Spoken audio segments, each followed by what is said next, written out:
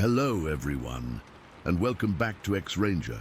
Before we begin, I thought it would be interesting if each of you could leave a comment indicating which part of the world you're joining us from. Also, don't forget to like and subscribe if you're enjoying the episodes. Now let's get comfortable, relax, and start our program. It was a Friday night, and I'd been cooped up studying for exams all week. My parents were visiting my aunt in Melbourne for the weekend, so I had the house to myself. Around 7 in the evening, I grabbed my backpack with some snacks, my water bottle, a small flashlight, and my phone. I figured I'd hike to this picnic area about 20 minutes in, just chill there for a while, maybe take some night photos of stars or whatever, and then head back. Nothing crazy. The walk-in was fine. The sun was just setting, and there was still enough light to see the path clearly. I'd been on this track hundreds of times during the day, so I wasn't worried about getting lost. I reached the picnic area around 7:30 and sat down against this big old gum tree. It was peaceful, just the sounds of birds settling down for the night and the occasional rustle in the underbrush from small animals. I spent some time scrolling through my phone, ate a sandwich, and just enjoyed being away from everything. It was actually really nice. The temperature had dropped a bit, but I had my hoodie, so I was comfortable. I must have dozed off at some point because the next thing I remember was jerking awake to this insanely loud crashing sound. At first, I thought I was dreaming. It sounded like someone was taking down entire trees, not like with a chainsaw, more like they were being snapped or ripped out of the ground. The noise came from deeper in the forest, maybe a few hundred meters away from where I was sitting. I checked my phone. It was 11:23. I'd been asleep for over 3 hours. My first thought was that it might be illegal loggers or something, but that made no sense because this is protected land. Then I wondered if it was some kind of storm damage, but the night was completely still. No wind, nothing. I stood up, feeling that prickly sensation you get when something isn't right. The crashing sounds continued, getting louder, like whatever was causing them was moving in my direction. That's when I decided it was time to get the hell out of there. I shoved everything back into my backpack and turned on my flashlight. The beam seemed pathetically small against the absolute darkness of the forest. The path back home was straight ahead, so I started walking quickly, trying not to run because I was afraid of tripping on a root or something. I'd made it maybe 50 meters down the track when the crashing suddenly stopped. The silence that followed was somehow worse. I paused for a second, straining to hear anything, and that's when it happened. This screech cut through the night. I don't even know how to describe it properly. It wasn't like an animal cry or anything I've ever heard before. It was loud, so loud it seemed to come from above the forest canopy, like whatever made it wanted the sound to travel as far as possible. It had this deliberate quality to it, almost like it was designed to terrify, like a war cry or something. My body reacted before my brain could process what was happening. I started running, full sprint, down the track toward home. My flashlight beam was bouncing wildly, barely lighting the path ahead of me. I stumbled a few times, but managed to stay upright. As I ran, I became aware of movement to my left, where the creek runs parallel to the track, maybe 50 meters away through the trees. Something was moving alongside me, keeping pace. I couldn't see it clearly, just glimpses of something large pushing through the vegetation. Whatever it was big enough to make the undergrowth shake visibly even in the darkness. My lungs were burning and my legs felt like jelly, but pure adrenaline kept me going. Our house is about 1 kilometer from the picnic area, and I covered that distance faster than I've ever run anything in my life. When I finally broke out of the tree line and into our backyard, I nearly collapsed with relief. I bent over, hands on my knees, trying to catch my breath. That's when some instinct made me turn around and look back at the forest edge. It was standing there, right at the tree line, perfectly still. At first, my brain couldn't process what I was seeing. It was tall, easily 8 feet, maybe more. Its head had this distinctive dome shape with this silvery coloring that caught what little moonlight there was. The The rest of its body was dark, almost black, but with these silver highlights, especially around the shoulders. It was covered in hair, maybe 2 or 3 inches long, brown with these grey tips that gave it this strange mottled appearance. The thing is, it wasn't like an ape or a gorilla. It was hominid, more like a person, but not a person. The proportions were all wrong. Arms too long, torso too thick, but it stood completely upright, with its arms hanging at its sides. What really got to me were its eyes.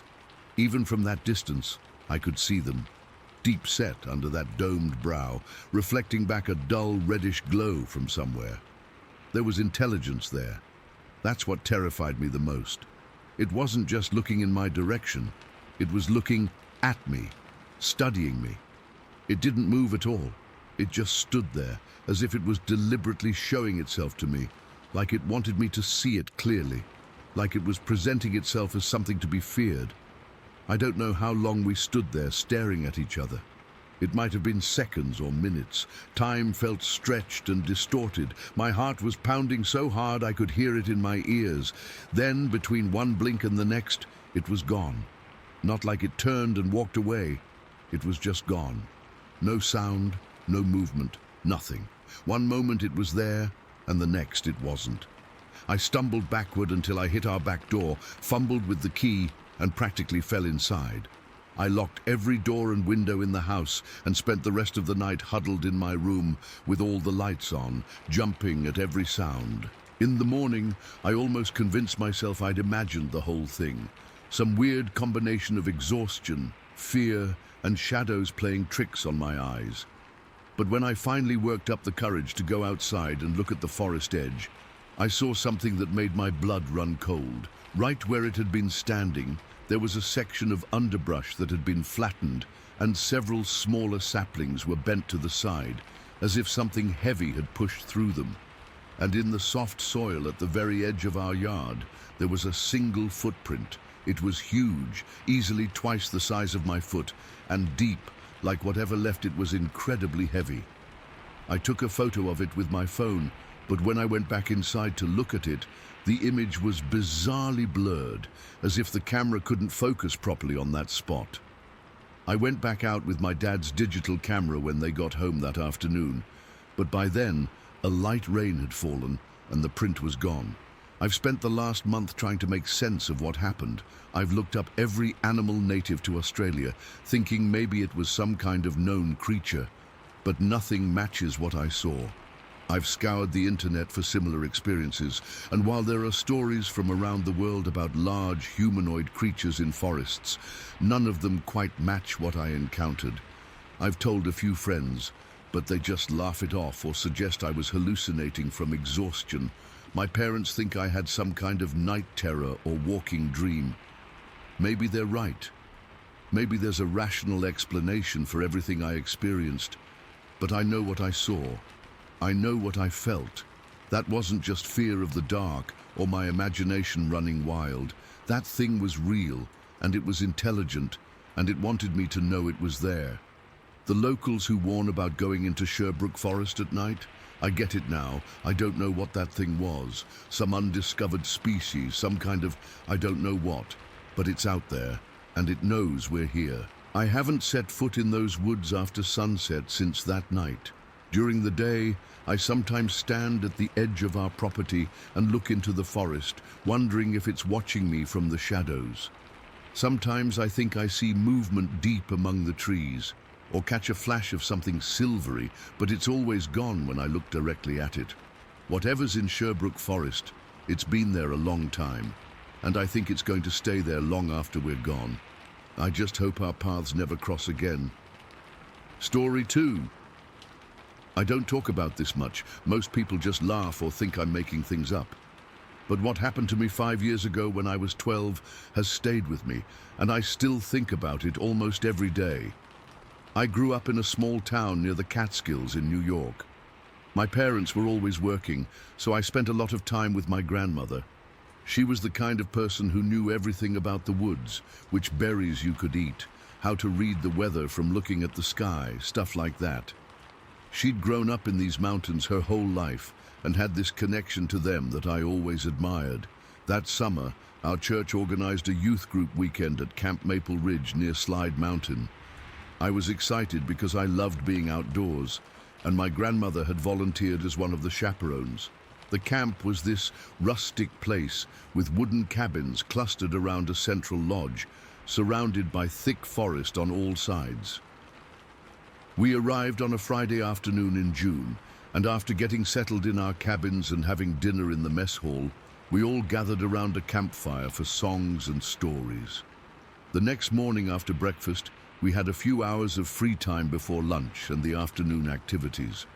Most of the other kids were playing volleyball or hanging out by the lake, but I wanted to explore the trails. My grandmother offered to come with me, and we set off on one of the paths that led into the woods behind the camp. It was a beautiful day, warm but not too hot, with sunlight filtering through the trees. The trail was narrow and rocky, winding through stands of maple and hemlock trees. You could smell the earth and pine needles, and everything was this brilliant green color that you only get in early summer. Birds were calling back and forth overhead, and I remember feeling so happy to be there, away from the noise and chaos of the other kids. After about 20 minutes of hiking, I started getting a bit restless. My grandmother was walking pretty slowly, stopping to point out different plants or interesting rocks. I was 12 and full of energy, and I wanted to see what was around the next bend. "Gran, can I go ahead a little bit?" I asked. "I promise I'll stay on the trail and not go too far." She hesitated, but then nodded. "Just make sure I can still hear you if you call out, Lily, and don't go past the big fallen oak. You know the one I mean." I did know it. We'd hiked this trail once before when visiting the area a couple years earlier. The oak was massive and had fallen across part of the path, so you had to duck under or climb over it. "I promise," I called, already jogging ahead. The trail got steeper and narrower as I went. I loved the feeling of being on my own in the woods. Something about the solitude made me feel more alive, more aware of everything around me. I could hear squirrels chattering and the rustle of leaves in the light breeze. The path curved around a rocky outcropping, and I had to watch my step on the uneven ground. That's when I first heard it. Heavy footsteps somewhere above me on the slope to my right. At first, I thought it might be a deer. We'd seen plenty of them around the camp, but these steps sounded different, heavier, more deliberate. And there was something else, a soft, huffing sound, like someone breathing heavily. I stopped walking and listened. The footsteps paused too. Curiosity got the better of me. I looked up the slope and noticed what seemed like a faint path leading off the main trail. There was an old stone wall partially hidden by ferns, the kind farmers built hundreds of years ago to mark property lines. Without really thinking about it, I stepped over the wall and started making my way up the slope, pushing through the underbrush. The forest was thicker here, with more shadows. I remember my heart was beating faster, but I wasn't scared, just excited, like I was on some kind of adventure. The ground was covered in old leaves and pine needles that made my footsteps almost silent. I'd gone maybe 30 feet up the slope when I saw them. There was a small clearing ahead, partially concealed by a stand of white birch trees, and standing there side by side were two enormous figures. My brain couldn't process what I was seeing at first. They were so tall their heads brushed against the lower branches of the trees, which meant they had to be at least 8 feet tall, probably more. Both were covered in light greyish-white fur that looked dirty or matted in places. I couldn't see their faces clearly because of the dappled shadows and the distance, but I could make out their broad chests beneath the foliage. I froze completely. It was like my body knew before my mind did that I should be absolutely still. For what felt like forever, I just stood there, half hidden behind a tree, staring at them. And I'm pretty sure they were staring back at me. Then one of them moved. It wasn't a sudden movement, just an arm raising slightly, like it might be about to take a step in my direction, but that was enough to break the spell. Panic hit me like a wave. I turned and stumbled back down the slope, my foot catching on something, probably a root. and I nearly fell. I remember scrambling over the stone wall, scratching my leg on the rough rocks, but barely feeling it. My only thought was getting back to the trail, back to my grandmother. I must have made a ton of noise crashing through the underbrush, but I didn't care. When I reached the trail, I ran as fast as I could, my breath coming in gasps. I rounded the bend and nearly collided with my grandmother, who was making her way up the path. "Lily, what on earth?" she exclaimed, grabbing my shoulders to steady me. "What happened? You're white as a sheet." I was trembling so hard I could barely speak. Gran, I saw something. Up there, 2 of them. They were huge." She led me to a fallen log beside the trail and made me sit down. "Take a deep breath and tell me what you saw." So I did. I told her about the footsteps, about going off the trail, which made her frown, and about the 2 enormous creatures I'd seen. I described their height, their grayish-white fur, the way they stood so still until one of them moved. I expected her to laugh or tell me it was just my imagination. That's what most adults would do. But my grandmother didn't. She listened with this serious expression on her face, nodding occasionally. When I finished, she was quiet for a long moment. "My mother used to tell stories about the woods people," she finally said, her voice low. "The ones who were here long before any settlers came. She said they kept to themselves, deep in the mountains where most folks don't go." I stared at her. You believe me?" She squeezed my hand. "Your great-grandmother saw them once when she was a girl, down by Esopus Creek, and my uncles, your great-great-uncles, they reported seeing huge, hairy shapes crossing the creek behind their barn one winter morning.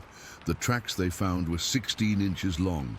A chill ran down my spine, despite the warm day. What are they?" "Some people call them Sasquatch or Bigfoot," she said. "The old-timers around here just called them the woods people and left them alone. They've been in these mountains for longer than any of us can imagine." We sat there for a while longer, as my heartbeat slowly returned to normal. Then my grandmother stood up and held out her hand. "Come on, we should head back to camp. Lunch will be starting soon." "Shouldn't we tell someone?" I asked. "Like the camp director or the ranger station?" She shook her head. "What would we say, and what good would it do? Some things are better left alone, Lily. The woods people don't bother humans who don't bother them." As we walked back to camp, she made me promise not to tell the other kids or the counselors. "They'd just think you were making up stories for attention," she said. "Or worse, they might want to go looking for them. Either way, nothing good would come of it." So I kept quiet. We rejoined the others for lunch, and I went through the rest of the weekend going through the motions, but my mind was still up on that slope, replaying those moments over and over. It's been 5 years since that day, and I've never told anyone except my grandmother about what I saw. But I've been paying more attention when I'm in the woods. Sometimes when I'm hiking, I'll hear heavy footsteps pacing along ridges above me, always keeping their distance. Once, near the creek behind our house, I detected a strong, musky odor that wasn't like anything I'd smelled before. I've done research online too. There are so many accounts from all over North America describing similar encounters. Some sound fake or exaggerated, but others sound exactly like what happened to me, too specific, too similar to be made up. My grandmother passed away last year. Before she died, she gave me her journal, the one she'd kept since she was a teenager. In it, there are detailed accounts of strange occurrences in the woods, things her mother and grandmother had told her, things she'd experienced herself. Reading it made me realize that what I saw that day wasn't an isolated incident. It was just one more encounter in a long history of them in these mountains. I'm 17 now, and I still go hiking in the Catskills whenever I can. My friends think I'm weird because I always stop and listen to the forest, because I sometimes leave small offerings of fruit at certain spots along the trails. They don't understand why I refuse to go to certain areas after sunset, or why I always tell someone exactly where I'm going when I hike alone. They'd never understand what it's like to know that there's something else out there, something that most people will never see in their lifetime, something ancient that has watched us build our towns and roads and camps, that has retreated further and further into the wild places as we've expanded. I don't know what exactly those creatures were that I saw that day. Sasquatch, Bigfoot, woods people. The name doesn't really matter. What matters is that they're real, they're out there, and for a brief moment, our worlds intersected. Sometimes at night, I still dream about those few seconds when we looked at each other across that clearing. In my dreams, I don't run away. I stay, and somehow we communicate.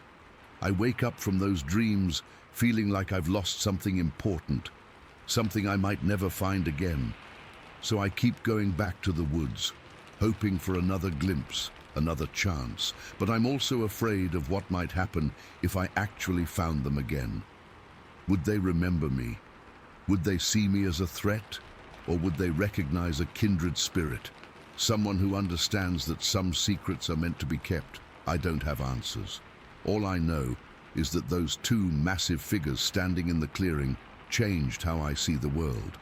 And no matter how many people tell me that what I saw was just my imagination, or a couple of bears standing upright, or some other explanation, I know what I saw. They were real, and they're still out there, moving silently through the deep woods of the Catskills, watching and waiting as they've done for thousands of years. Story 3.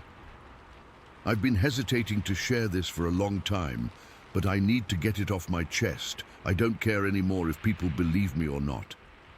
This happened back in 1974, and it still haunts me to this day. It started when I was flipping through the Santa Clarita Valley Signal one morning in October. I was drinking coffee at my kitchen table when a small article caught my eye about these two teenage boys, the McBride brothers, who claimed they'd seen some kind of creature carrying a pig under its arm near their ranch. What really grabbed my attention was this weird detail they mentioned. The thing had a glowing blue belt around its waist. I'd been interested in Bigfoot reports for years, but I'd never heard anything about them wearing belts, especially glowing ones. I was part of this local cryptid investigation club, just a small group of us who were interested in unexplained phenomena around California. Nothing fancy, just regular folks who shared newspaper clippings and stories. I decided to check out the McBride Ranch myself. When I got there, I learned only one of the boys had actually seen the creature on their property. His brother just caught a glimpse of it running away with their pig. The boy who got the better look was really shaken up. He wasn't joking around. You could tell in his eyes he'd seen something that terrified him.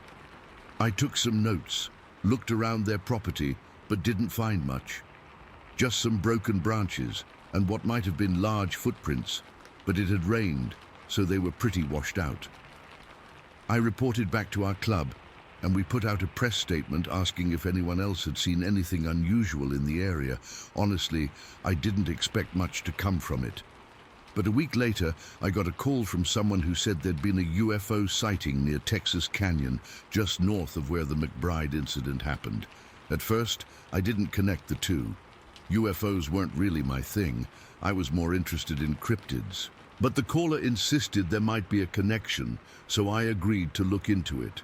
In late November, I interviewed 6 teenagers who'd taken a shortcut through Texas Canyon after a football game.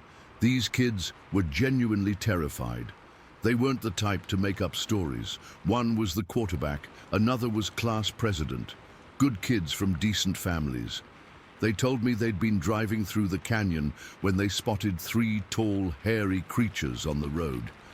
The description sent chills down my spine. These weren't your typical Bigfoot.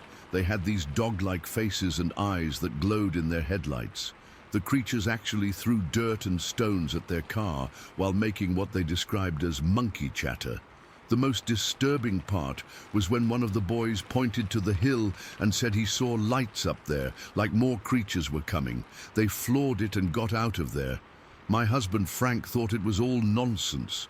He was always the skeptic in our relationship, but after hearing those kids' story, I convinced him to come with me to check out Texas Canyon that night. I also brought along 3 friends from the Cryptid Club. Tom, Diane, and Roger Frank insisted on bringing his shotgun just in case, which made me nervous. I didn't want anyone getting hurt, creature or human. It was around 9 at night when we arrived. Cold for California, maybe 50 degrees. The sky was clear with a half moon. As soon as we got out of our cars, I noticed how quiet it was. No crickets, no nightbirds, just dead silence. We found the exact spot where the teens had their encounter. There was disturbed ground everywhere, small holes dug up, dirt and stones scattered across the road, and that smell like rotten eggs. I'd read about that smell in other Bigfoot reports, so it made my heart race. We split up into pairs and started looking around with our flashlights. Frank stayed close to me, his hand never far from that shotgun.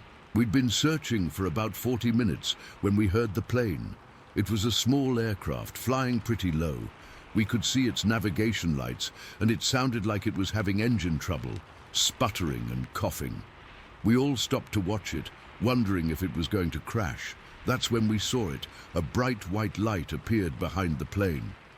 At first I thought it was another aircraft, but it moved in a way that defied explanation. It darted to the left, then right, then shot straight up at incredible speed. No human aircraft could move like that. "What the hell?" Frank whispered beside me, finally seeing something he couldn't explain away. The light vanished, and the plane continued on, its engine seemingly fixed. Then we heard something else, a sound like helicopter rotors, but muffled, coming from the canyon to our right. We turned our flashlights in that direction, but couldn't see anything. The sound grew louder, then suddenly stopped. Not faded away, just stopped, like someone had flipped a switch. Roger wanted to head in that direction, but Frank refused. I was torn. Part of me wanted to investigate further, but another part was screaming to get out of there. We compromised by agreeing to come back in daylight. As we were walking back to our cars, Tom suddenly froze.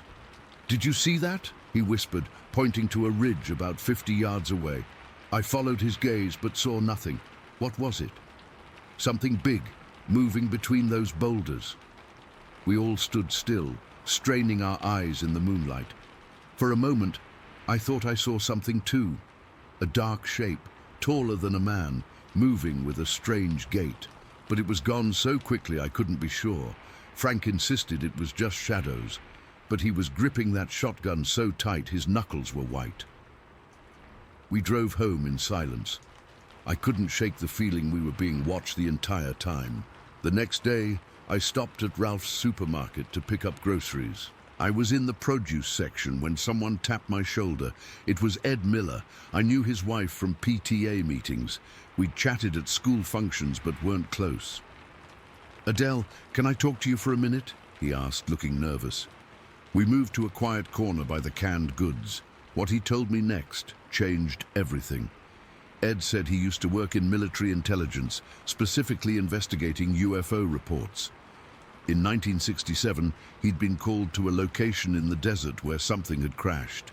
He wouldn't tell me exactly where, just that it wasn't far from Edwards Air Force Base. When they arrived, they found what appeared to be a damaged craft, and nearby, 4 creatures. Not aliens like you'd imagine, not the small grey beings with big eyes. These were 9 feet tall, covered in hair, and looked remarkably like what people describe as Bigfoot.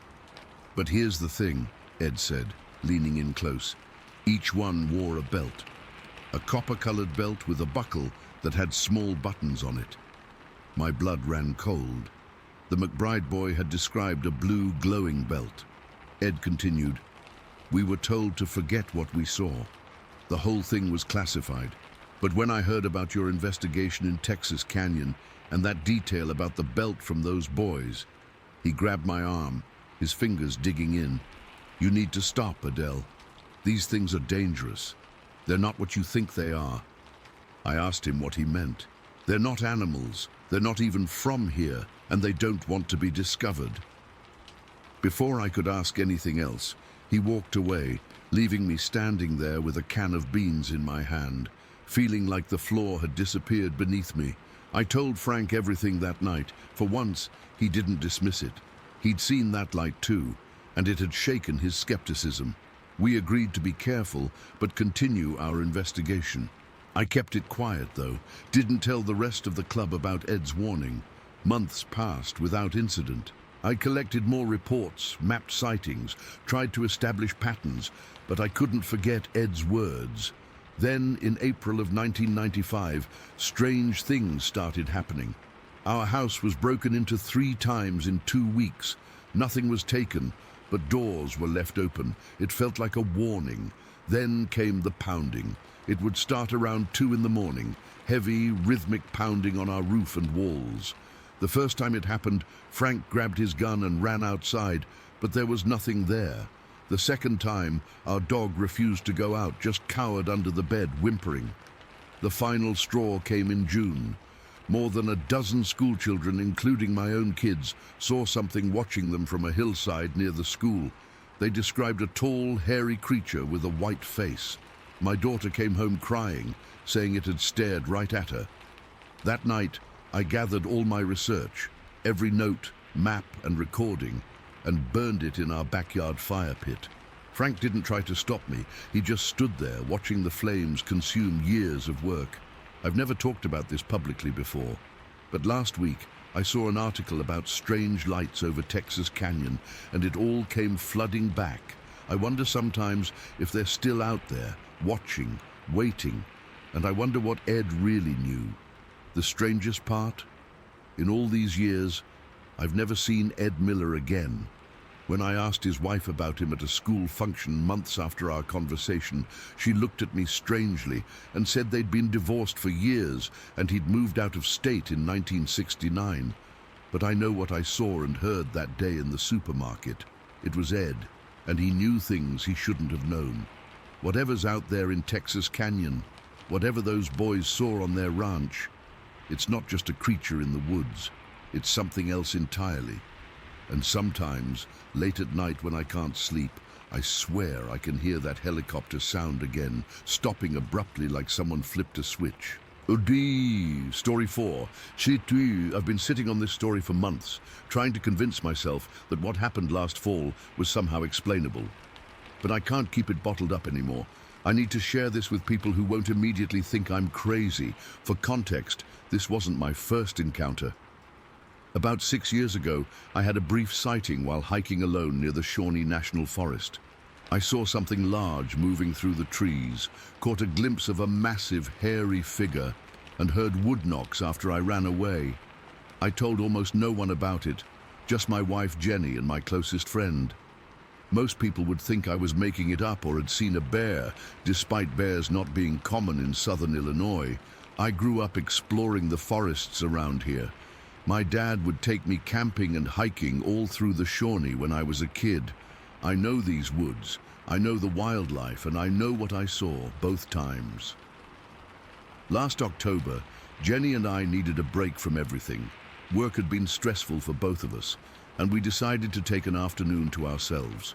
We packed some coffee in a thermos, grabbed some snacks, and decided to bring our German Shepherd Max for a little adventure. Max is about 4 years old, very well trained, and usually fearless. He's chased deer, confronted coyotes, and generally acts like he owns whatever forest we take him to. I suggested we go to this old logging road near Bellsmith Springs. It's a bit off the beaten path, not a regular hiking trail where we'd run into other people. The road isn't maintained anymore and has a metal gate across it to prevent vehicle access, but it's perfect for a quiet walk. I'd been there countless times growing up and knew there were some nice clearings where we could sit and enjoy the fall colors. We parked at the gate around 2 in the afternoon. The weather was perfect, about 65 degrees, light breeze, with that wonderful fall smell in the air. The leaves were just starting to turn, with patches of red and orange mixed in with the green. Jenny and I poured coffee from the thermos and sat on the tailgate of my truck while Max explored nearby, sniffing everything and marking territory like dogs do. I remember feeling completely at peace for the first time in weeks. Jenny was telling me about some drama at her workplace, and I was half listening, half watching the way the sunlight filtered through the trees. Max was about 20 feet away, nose to the ground, totally in his element. We'd been there maybe 20 minutes when everything changed. Max suddenly stopped dead in his tracks. His whole body went rigid and his ears perked straight up. His nose went up in the air and he started sniffing intensely, facing toward a stand of pine trees about 40 yards off the old road. I immediately noticed his hackles were up. The fur along his spine was standing straight up. "What's he looking at?" Jenny asked. I stood up, scanning the tree line. Not sure. Probably a deer. But Max wasn't acting like he'd spotted a deer. When he sees deer, he gets excited, ready to chase. This was different. He started making this low, whining sound. I'd never heard from him before. It was almost like he was trying to warn us about something without making too much noise. I focused on the area Max was staring at, a dense stand of pine trees that formed a dark shadow against the brighter, deciduous forest around it. At first, I didn't see anything unusual. Then, there was movement. Just a slight shift of something dark behind one of the larger pines. I squinted, trying to make out what it was. Maybe a black bear? They're rare here, but not impossible. Then whatever it was moved again, and my blood ran cold. It stood up. This wasn't a bear. It was massive, at least 7 feet tall, probably closer to 8. It had been crouching or sitting behind the trees, and now it was standing upright on 2 legs. Its body was covered in dark hair, either very dark brown or black. It was hard to tell in the shadows of the pines. The build was unmistakably powerful.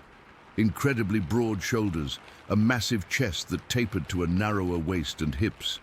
Not like a person in a suit. The proportions were all wrong for that. What struck me most was the head.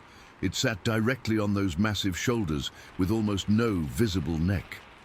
The head was rounded on top, but sloped forward to what looked like a heavy brow ridge. I couldn't clearly see the face from that distance, but I knew with absolute certainty that it was looking directly at me. The entire forest went silent. Even the breeze seemed to stop. No birds, no insects, nothing. Just this overwhelming silence that felt like pressure against my ears.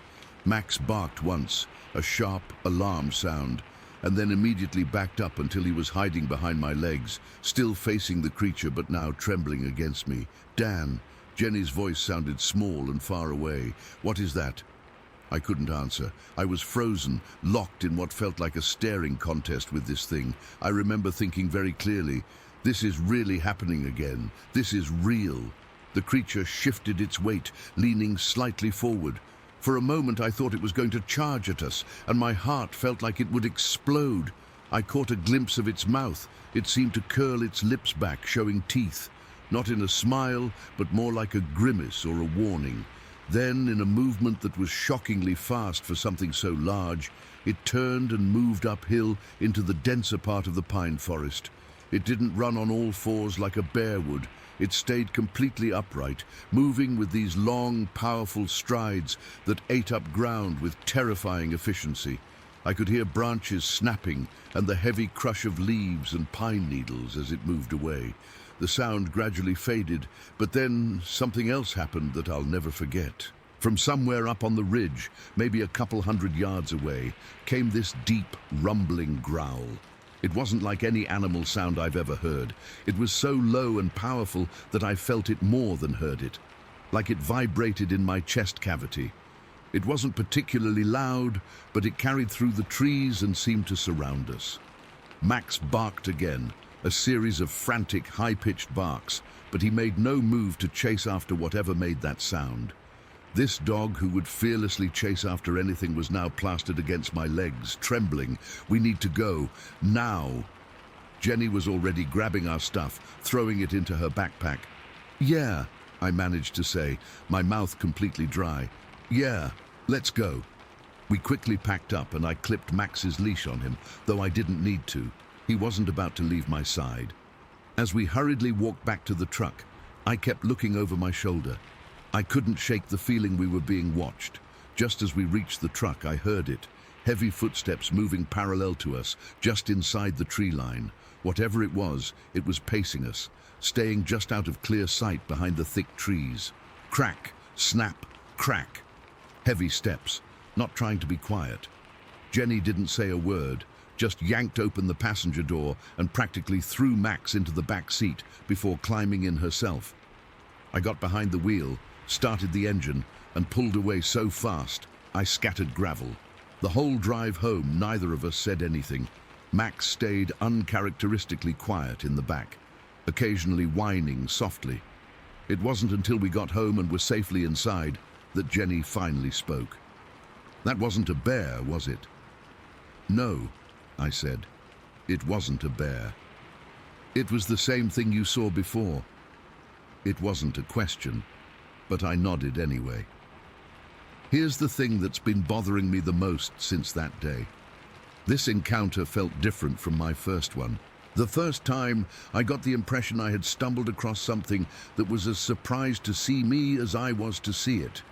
This time, it felt territorial, threatening, like it was unhappy we were there in its woods. Max hasn't been the same since. He used to love going hiking, but now he gets anxious whenever we try to take him into the woods. He'll stand at the trailhead and refuse to go further, or he'll stay right at our heels the entire time, constantly looking around and jumping at every sound. I haven't gone back to that logging road, and I don't think I ever will. I've tried researching other sightings in the area, and there are a few, though most people don't talk about them openly. A hunter who found strange footprints, a camper who heard unusual screams at night, a hiker who felt like she was being stalked through the forest by something large. I don't know what to do with this experience. I know what I saw. I know it was real, but I also know that most people would think I'm either lying or mistaken. All I know for certain is that there's something in those woods that shouldn't exist according to science, but it does, and it knows we're here. Story 5. I've been hesitating to write this down for months. I'm not the type to make up stories or exaggerate things. Anyone who knows me will tell you I'm practical to a fault. But what happened that night at Jefferson Reservoir has completely changed my habits and, honestly, the way I look at the woods around here. My husband Tom and I have been fishing that reservoir since we were dating. It's only about 3 miles from where I grew up, and I've probably spent thousands of hours on that concrete dam.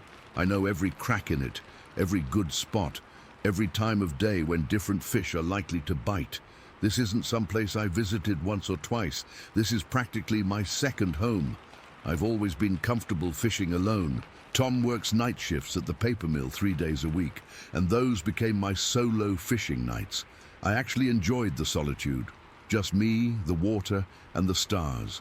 I'd bring a thermos of coffee, my tackle box, and usually stay until around midnight or so. This particular night happened back in early October.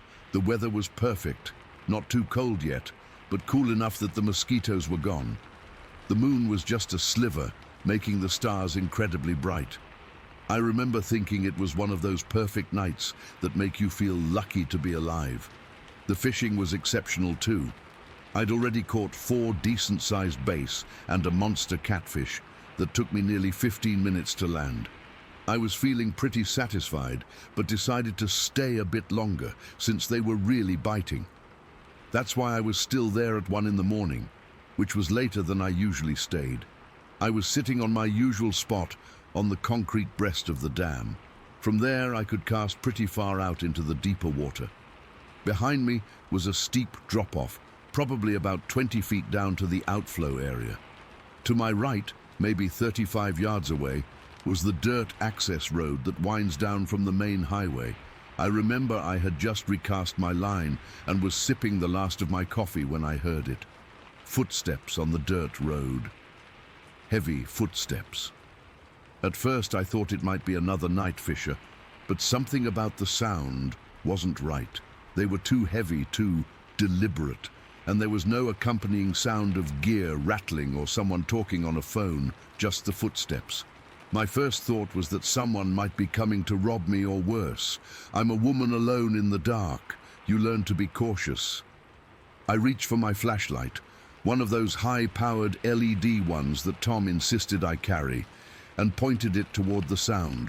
What I saw in that beam of light still makes my hands shake when I think about it. There was a pair of eyes reflecting back at me, a strange greenish-yellow color that caught the light like a deer's eyes do, but they were way too high off the ground to be a deer. They had to be 7 feet up at least. As my light steadied, I could make out more. It wasn't a person, not even close. The figure was massive, broad shoulders, probably twice as wide as my husband, who's not a small man. It was covered in dark brown hair or fur, not like a bear's fluffy coat, but more like a short, dense covering. Based on its size, I'd guess it weighed at least 400 pounds, maybe more. When my flashlight beam hit its face, I only got a brief look because it turned slightly toward me. What I saw didn't make sense. A face that was somewhere between human and ape, with a pronounced brow ridge and a somewhat flattened nose. The mouth seemed wider than a human's. Here's what really got me, though. It didn't react like a wild animal. It didn't growl or run away. It didn't charge at me. It just looked at me for a second, then continued walking at exactly the same pace, like I wasn't worth bothering with. It moved off the road and into the woods near where my car was parked, about 50 yards from where I sat. I realized at that moment how trapped I was. The reservoir was in front of me, a steep drop behind me, and this thing was between me and my car. I remember my heart pounding so hard I could feel it in my ears. My mouth went completely dry. I didn't move, didn't breathe, just sat there perfectly still with my fishing rod clutched in my hands like it would somehow protect me. Time seemed to stretch. I don't know how long I sat there, maybe 5 minutes, maybe 30. I was too afraid to shine my light toward the woods again.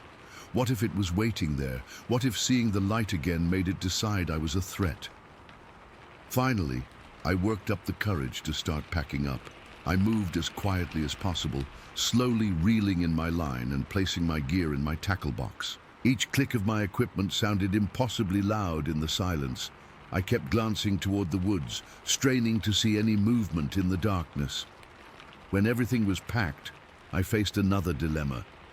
Should I take the long way around the dam to reach my car, adding about 10 minutes to my walk, but staying further from where the creature had gone? Or should I take my usual path, which would get me to my car quicker, but bring me closer to those woods? I chose speed. I needed to get to my car. I picked up my tackle box and rod and walked as fast as I could without running. Every step felt like I was moving through molasses. The whole time, I kept expecting to hear those heavy footsteps coming toward me, but there was nothing except the normal night sounds, crickets, the occasional splash from the water, the whisper of wind through the trees.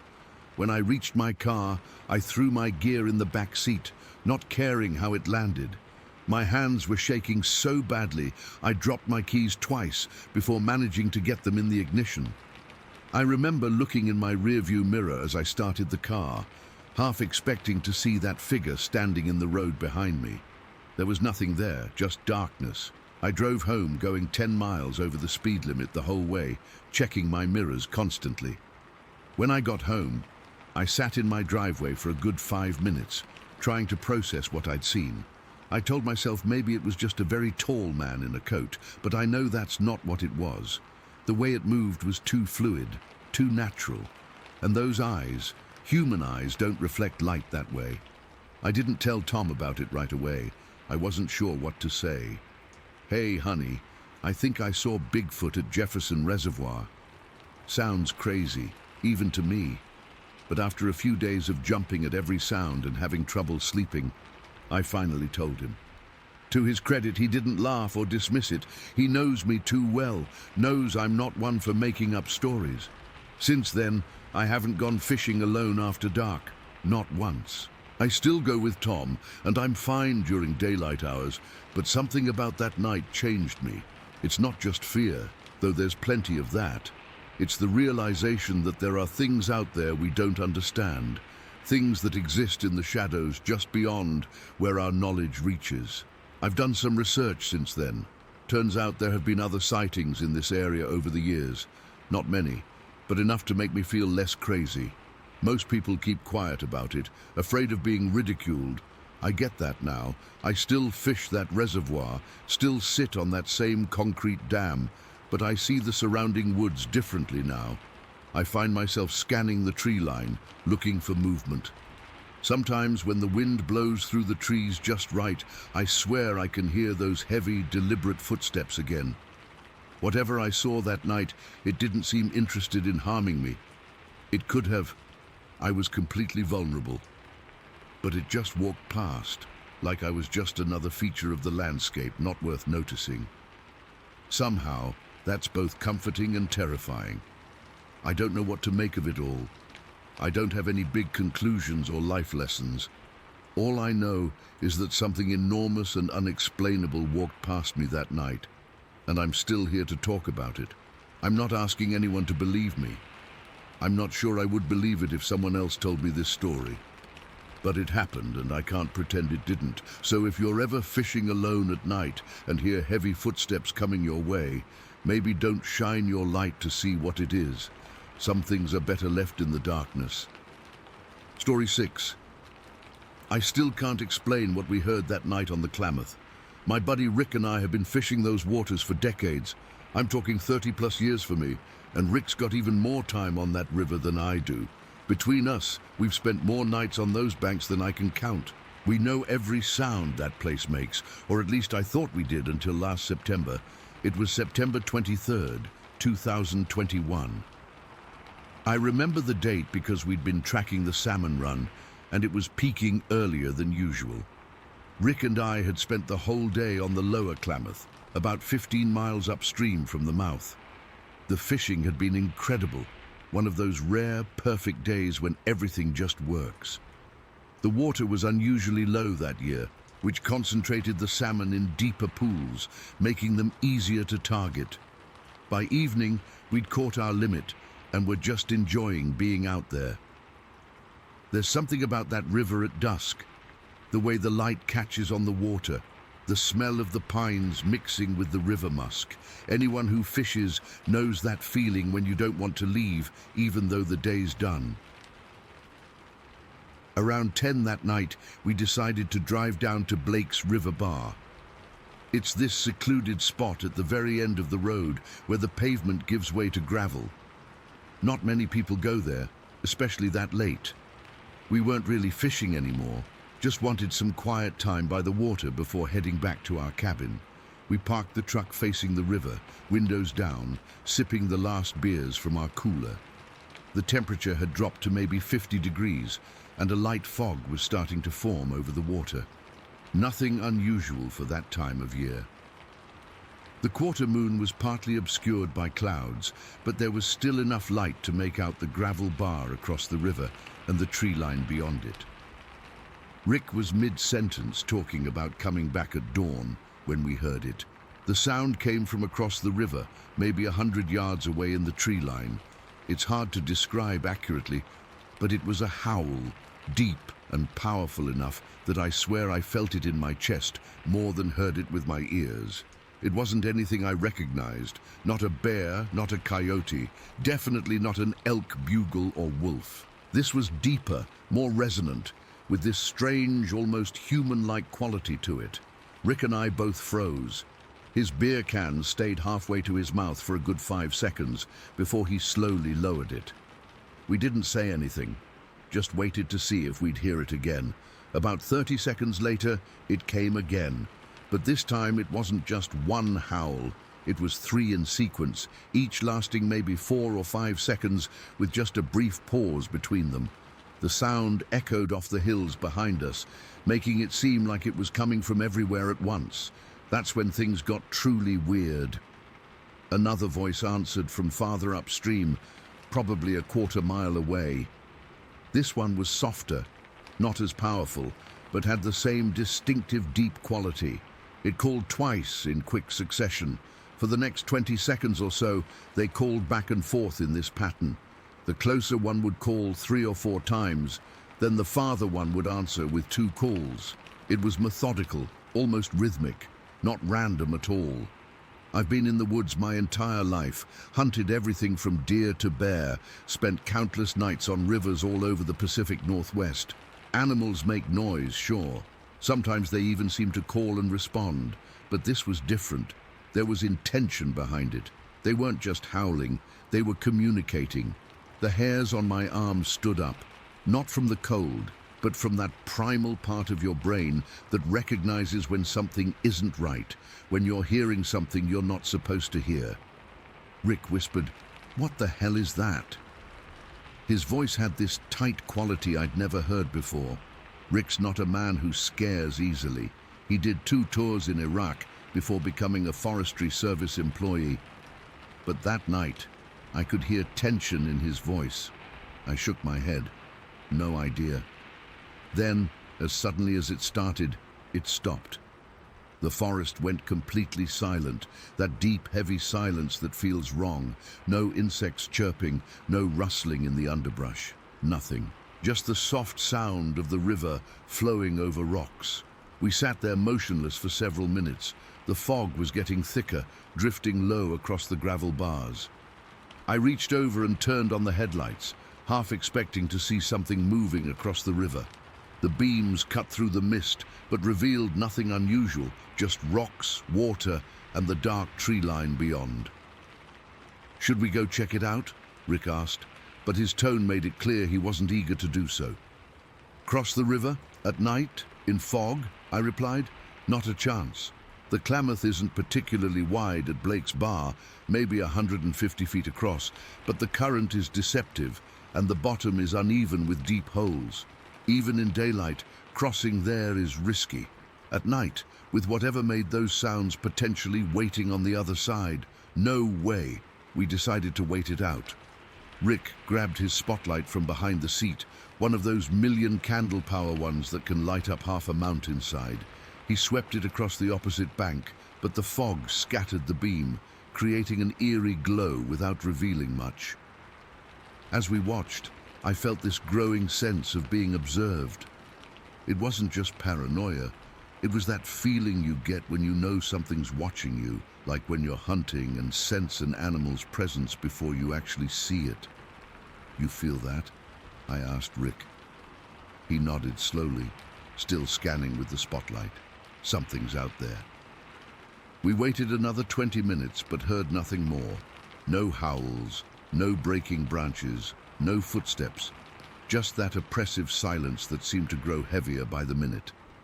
Eventually, Rick put the truck in gear. "Let's get out of here." I didn't argue. As we drove away, I kept looking back, half expecting to see something emerge from the tree line or cross the river behind us, but there was nothing visible in the red glow of our taillights. Back at the cabin, we tried to make sense of what we'd heard. Rick pulled out his phone and played recordings of every predator in the Pacific Northwest. Bears, cougars, wolves, coyotes, nothing matched, not even close. 60 years of fishing experience between us, Rick said, and we've never heard anything like that. That's what bothers me the most. Between us, Rick and I have spent thousands of nights on the Klamath. We've heard everything there is to hear on that river. Every animal that lives in those forests has crossed our path at some point. But this was something new. We considered the context. The salmon run was thick that year, the river unusually low. Whatever made those sounds could have been fishing the same waters we were. Salmon congregate in the deeper pools when the water's low, making them easier targets, not just for human fishermen, but for anything that eats fish. The next morning, we went back to Blake's Bar in daylight. I'm not sure what we expected to find. Footprints, maybe, or signs that something large had been at the river's edge. But the overnight fog had dampened the ground, obscuring any tracks that might have been there. The opposite bank looked completely normal, just a typical stretch of river gravel giving way to forest. We fished other spots that day. Neither of us suggested going back to Blake's Bar after dark. 2 nights later, we were packing up to head home, and Rick finally said what we'd both been thinking but avoiding. "You think it was them, don't you?" I knew exactly what he meant. In fishing circles along the Klamath, especially among the older guys and the native folks, there are stories. Stories about the river's other inhabitants, the ones that stay hidden, that come out at night to fish the same waters we do. Most fishermen laugh off these tales as campfire stories, meant to spook newcomers. I used to laugh too. I don't know what it was, I answered honestly, but whatever made those sounds was intelligent. They were talking to each other. That's the part I can't shake. It wasn't random animal noise. Those calls had purpose, had meaning. Something was communicating across that river, coordinating, positioning. Something intelligent enough to use sound deliberately, to respond in patterns. I've been back to the Klamath several times since then, even fished Blake's Bar in daylight, but I haven't gone back there after dark. I tell myself it's because the fishing's better elsewhere, but that's not the real reason. The real reason is that I'm afraid of hearing those howls again, afraid of confirming what part of me already knows, that we're not alone on that river, that something else fishes those waters, something that communicates with deep, chest-rattling howls that echo through the darkness, something that knows we're there even when we can't see it. Story 7. I never thought I'd be sharing this, but I need to get it off my chest. I'm still trying to make sense of what happened, and maybe someone here has experienced something similar. My husband David and I live in a pretty secluded area in western Pennsylvania. We have 2 kids, Emma, who's 4, and Jake, who's only 18 months. We bought this place back in 2008 because we loved the privacy, the woods, and the fact that it was affordable. David's a military vet who served 2 tours in Iraq, and after he got back, we wanted somewhere peaceful to raise our family. Funny how things turn out. It started on a Tuesday night back in May of 2010. I remember it was a Tuesday because David had just come home from his overnight shift at the factory and was completely exhausted. We'd gone to bed around 11, and I was actually sleeping well for once. Jake had finally started sleeping through the night, which any parent knows is like winning the lottery. At around 12:30, I woke up to this weird squeaking sound coming through the baby monitor. At first, I thought it might be Jake moving around in his crib. You know how those springs can squeak. But this was different. It was rhythmic, almost like something was rocking back and forth. David heard it too and sat up in bed. "What the hell is that?" he whispered, rubbing his eyes. I grabbed the monitor and turned up the volume. The squeaking continued, but now I could also hear what sounded like heavy breathing. My heart started racing immediately. Every parent's worst nightmare is someone being in their kid's room. "I'm going to check it out," David said, already getting out of bed. "Stay here."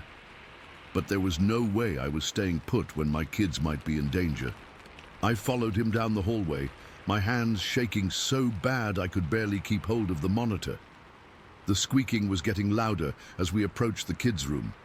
David put his finger to his lips to signal me to be quiet, then slowly pushed open the door. The room was dark, except for Jake's little nightlight shaped like a rocket. Both kids were sound asleep.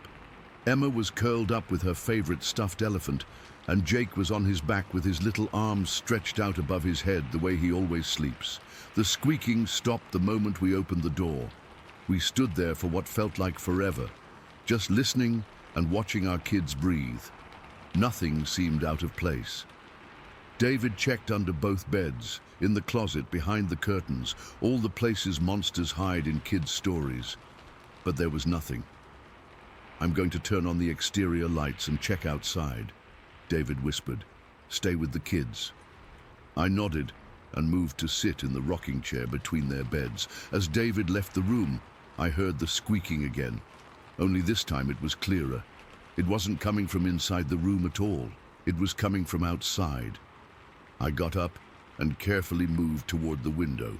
We have those cheap vinyl blinds, and I gently separated 2 of the slats to peek out. Our backyard butts up against this dense patch of woods, and at night it's just a wall of darkness. The motion sensor light hadn't kicked on yet, so I couldn't see much of anything. Then I heard it.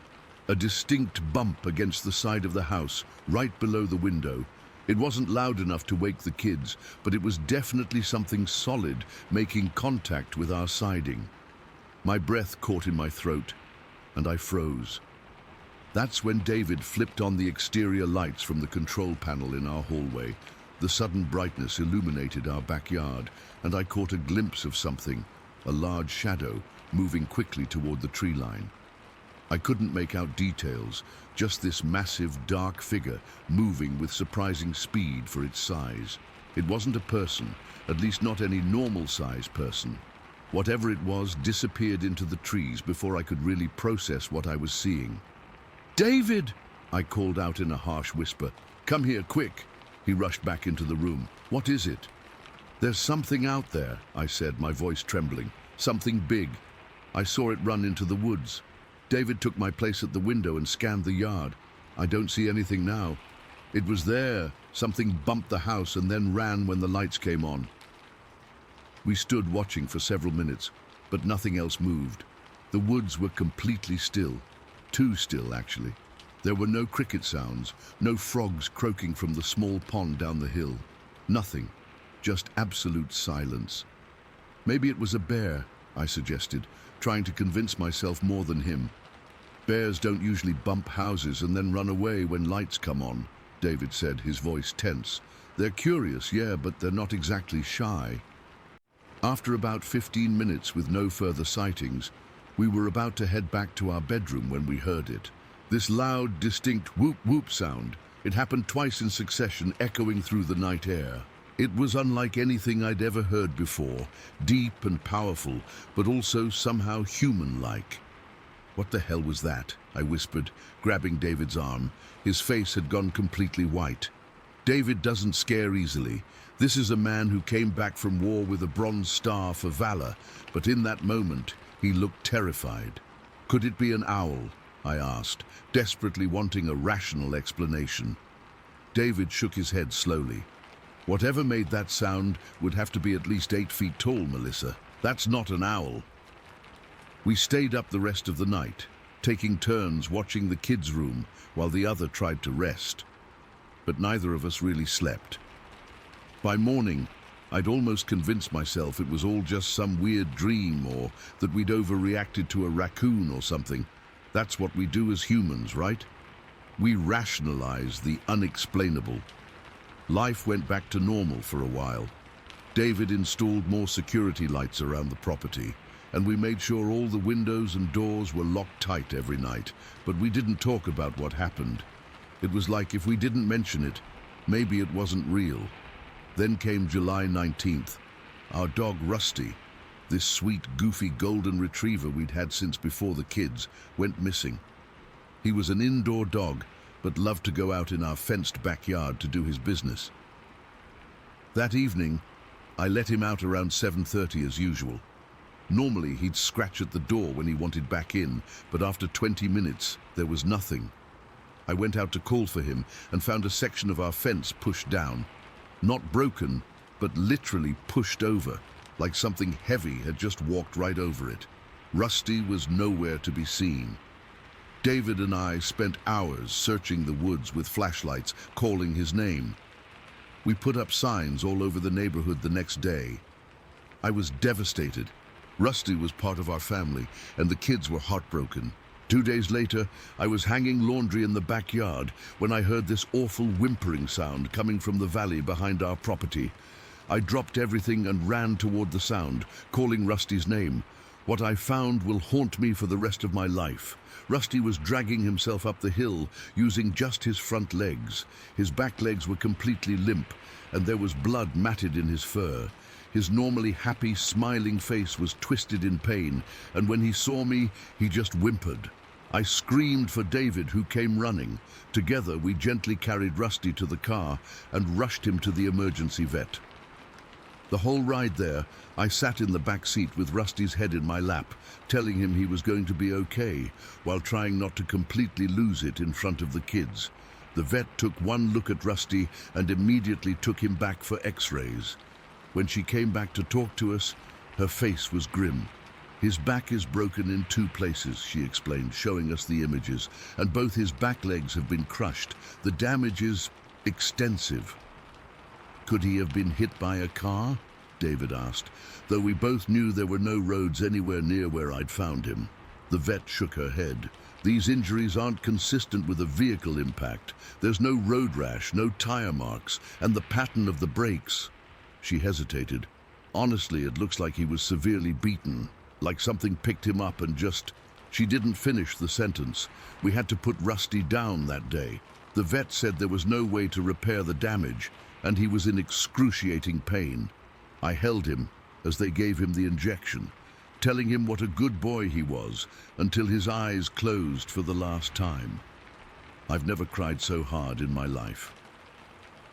On the drive home, David finally broke the silence we'd been maintaining about what happened in May. "It's the same thing," he said quietly, his knuckles white on the steering wheel. "Whatever we saw that night by the kids' room. It took Rusty." "Why would it do that?" I asked, my voice hoarse from crying. "Why would anything hurt him like that?" David didn't answer. He didn't have to. We both knew this wasn't normal predator behavior. Bears, cougars, wolves, they kill to eat. They don't torture animals and leave them alive to suffer. That night, after the kids were in bed, David and I sat on the back porch with his hunting rifle across his lap. We didn't speak much. What was there to say? Something was out there in our woods, something large, strong, and completely unafraid, something that had come right up to our house, right up to our children's window. Around midnight, we heard it again, that same whoop-whoop call, but this time it was closer, maybe just at the edge of the woods. David raised his rifle and I clutched his arm. "Don't," I whispered. "Don't provoke it." He lowered the gun but kept it ready. "We need to move," he said after a long silence. "We can't stay here. But moving isn't simple. We'd sunk every penny we had into this house. The economy was still bad from the recession.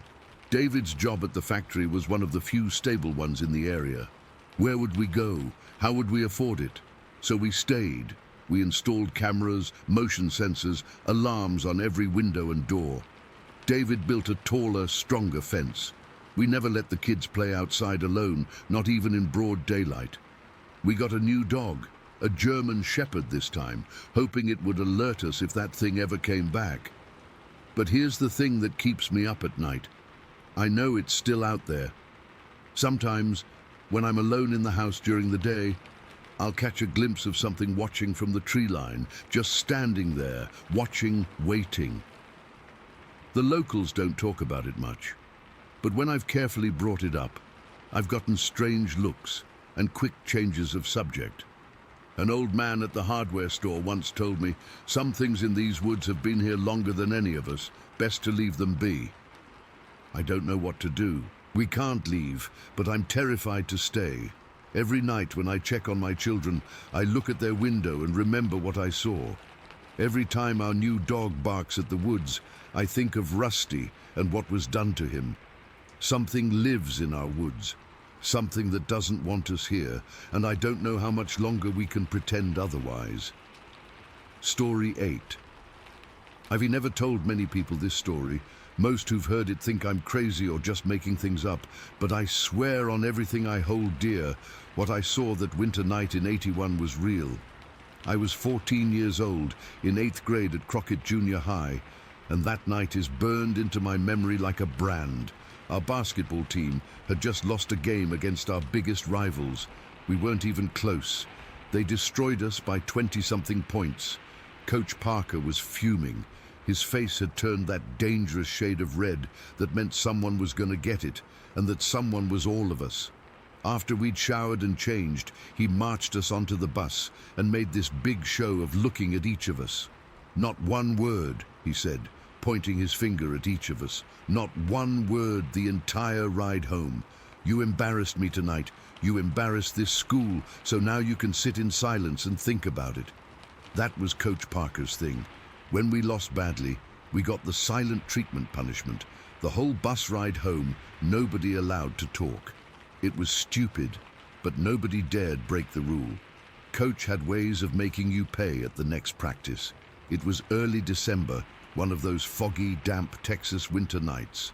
Not freezing, but cold enough that the fog hung in these thick patches across the road. We were on some back highway between towns, dense pine forests on either side, occasionally broken by fields or small houses. I was sitting by myself near the back of the bus. None of my buddies were on the team, and after the beating we'd just taken, I wasn't exactly in a social mood anyway. I always liked to crack the window a bit when I rode the bus. Something about the fresh air helped with my motion sickness. The cold air felt good against my face as I stared out at the darkness. The headlights caught the fog in these weird ways, making shapes appear and disappear.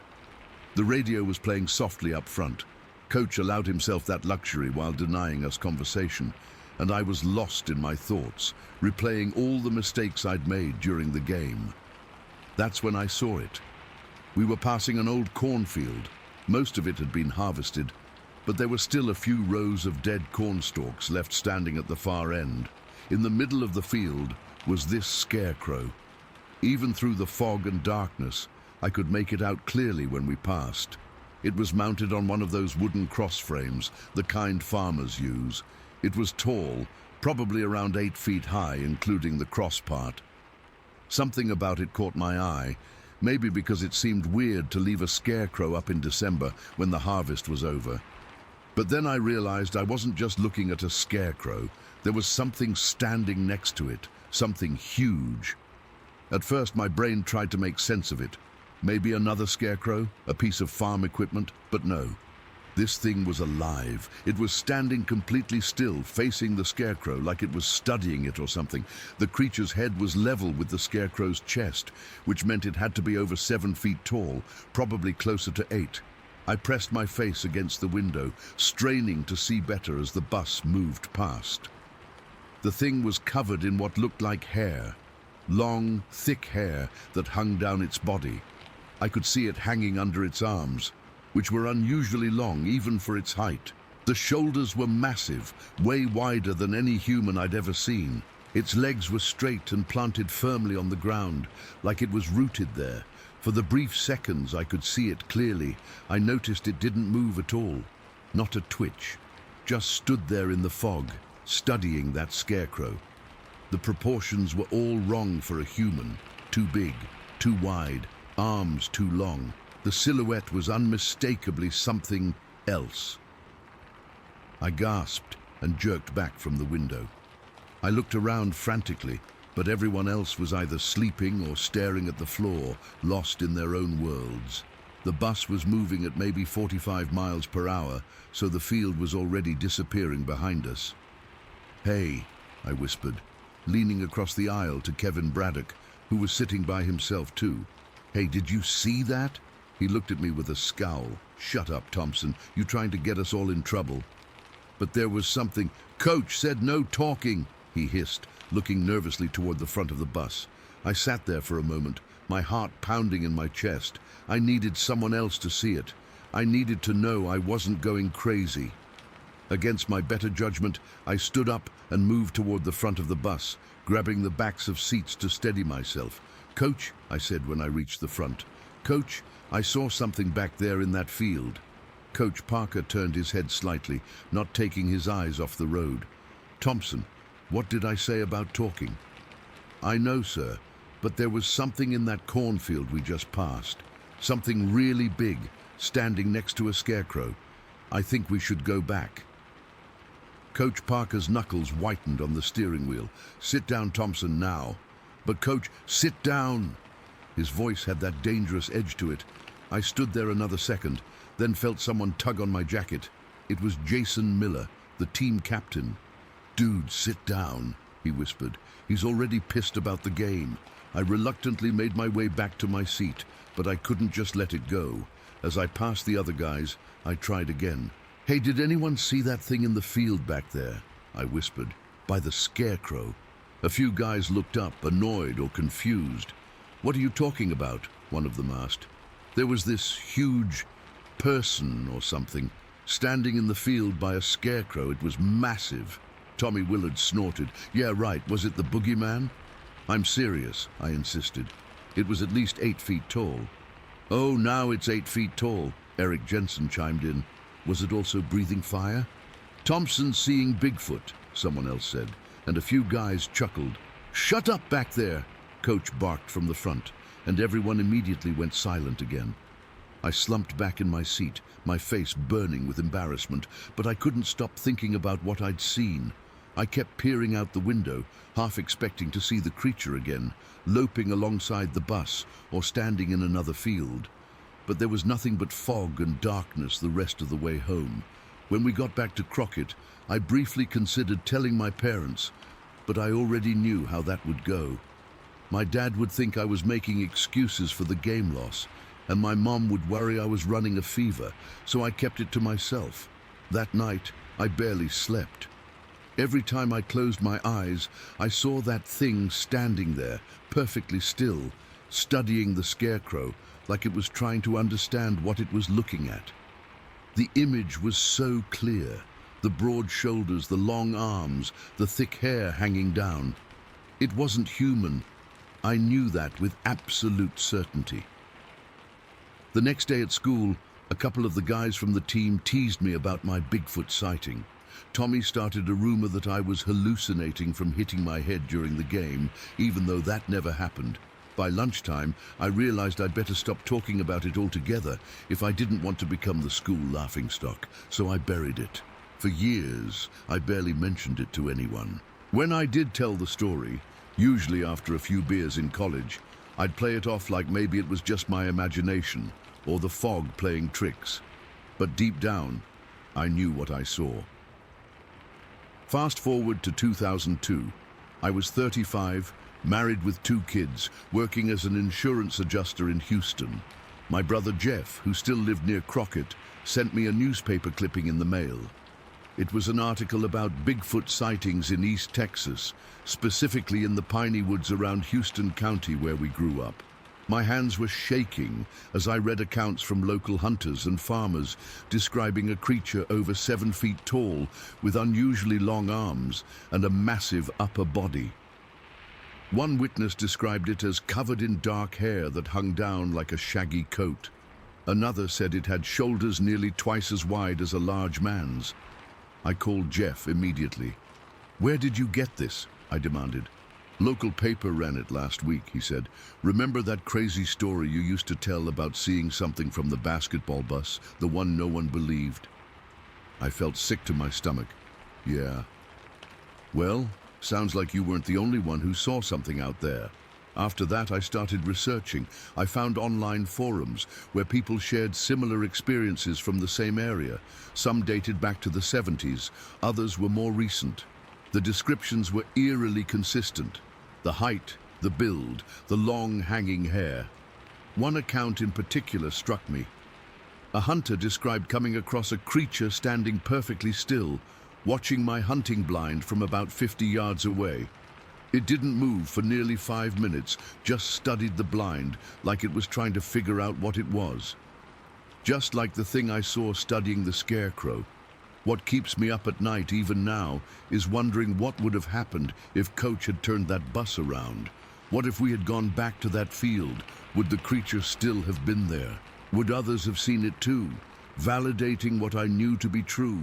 Or worse, what if it had approached the bus? Sometimes I think about driving back to that stretch of highway. I've mapped it out. I'm pretty sure I could find that same cornfield. But something always stops me. Fear, maybe, or the possibility that going back would somehow make it less real, that I'd stand there in that ordinary field and question if I'd really seen anything at all. All I know for certain is what I saw that foggy December night in '81. Something enormous and not human, studying a human-shaped figure in the darkness. I don't know what it was thinking or what it wanted, but I know it was real. And sometimes, when I'm driving on a foggy night through the countryside, I find myself scanning the fields alongside the road, not because I want to see it again, but because I'm afraid I will. Story 9. I've kept this to myself for so long that sometimes I wonder if it actually happened, but my brother and sister remember it too. We've talked about it over the years, and we all saw the same thing. This happened back in 1987 when I was just 6 years old. We lived in this old two-story farmhouse that my grandpa built himself, about a mile from the Black River in Williamsburg County, South Carolina. It was one of those places where you could see stars like you wouldn't believe at night because there weren't many lights around. Our closest neighbor was old Mr. Jenkins, who lived about a quarter mile down the dirt road, and he had this hound dog that would bark at just about anything. That summer was particularly hot.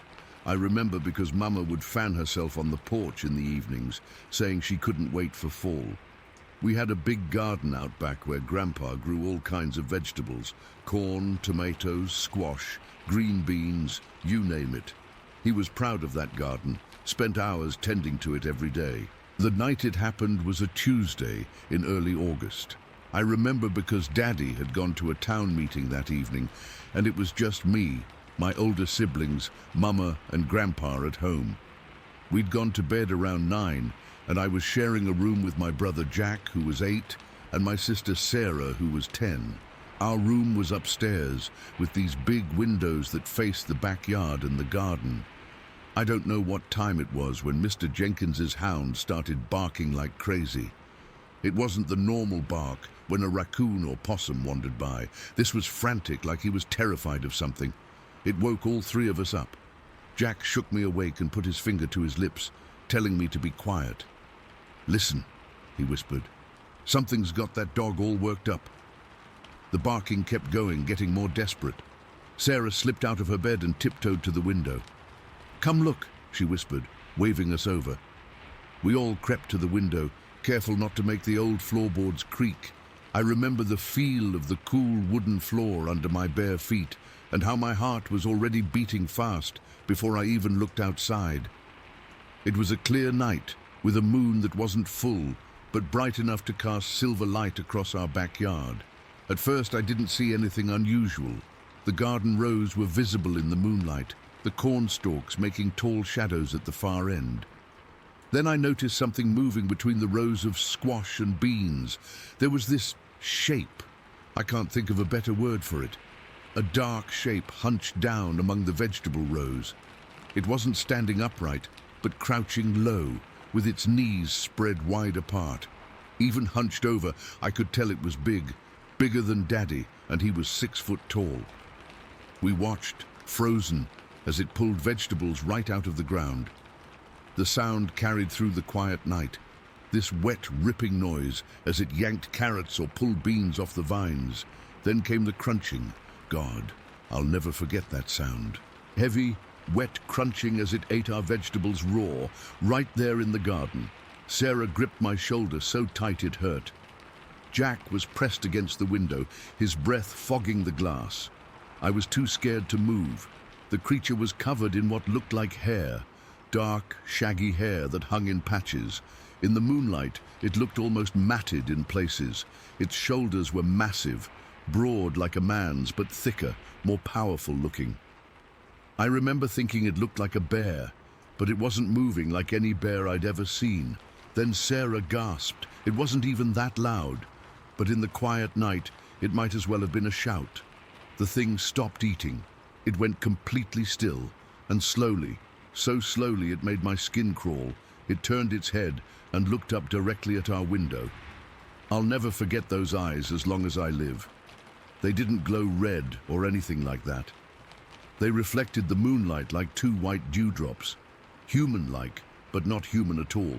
They locked onto us, and I just knew, it was seeing us as clearly as we were seeing it. For what felt like forever, we stared at each other. Nobody moved. Even Mr. Jenkins' dog had gone quiet, like it knew better than to draw attention to itself. Then the creature lowered its head and went back to eating our vegetables, like we weren't worth bothering with. That broke the spell. Sarah screamed. Jack screamed. I screamed too. We screamed together, scrambling back from the window, tripping over each other to get to the door. Our screams woke Grandpa, who came charging out of his room downstairs. I remember his voice bellowing up the stairs. "What in tarnation is going on up there?"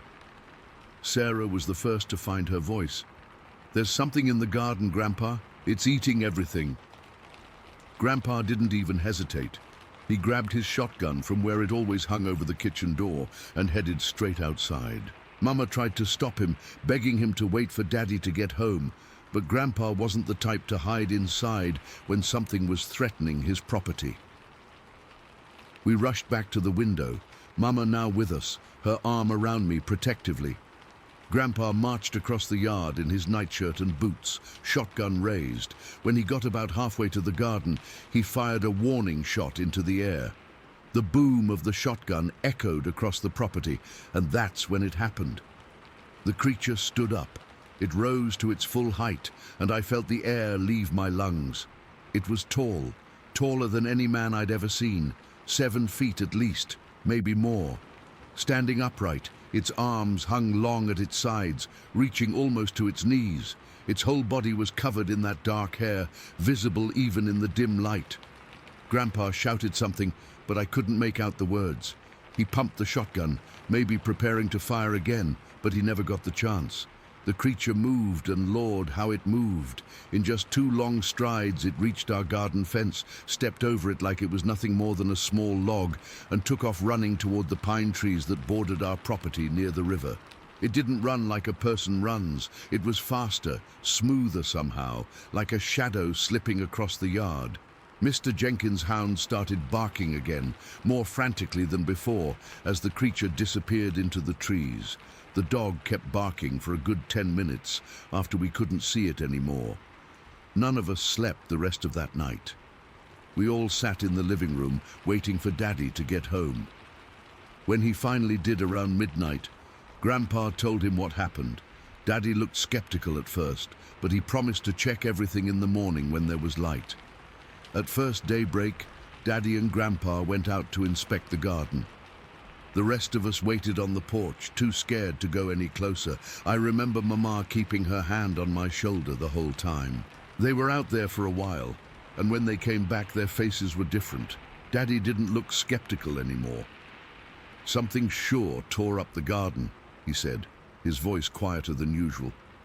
"Half the vegetables are gone or trampled." Grandpa nodded, his face grim. "And there are footprints." That's when my sister asked what kind of footprints, and Grandpa and Daddy exchanged this look I'll never forget.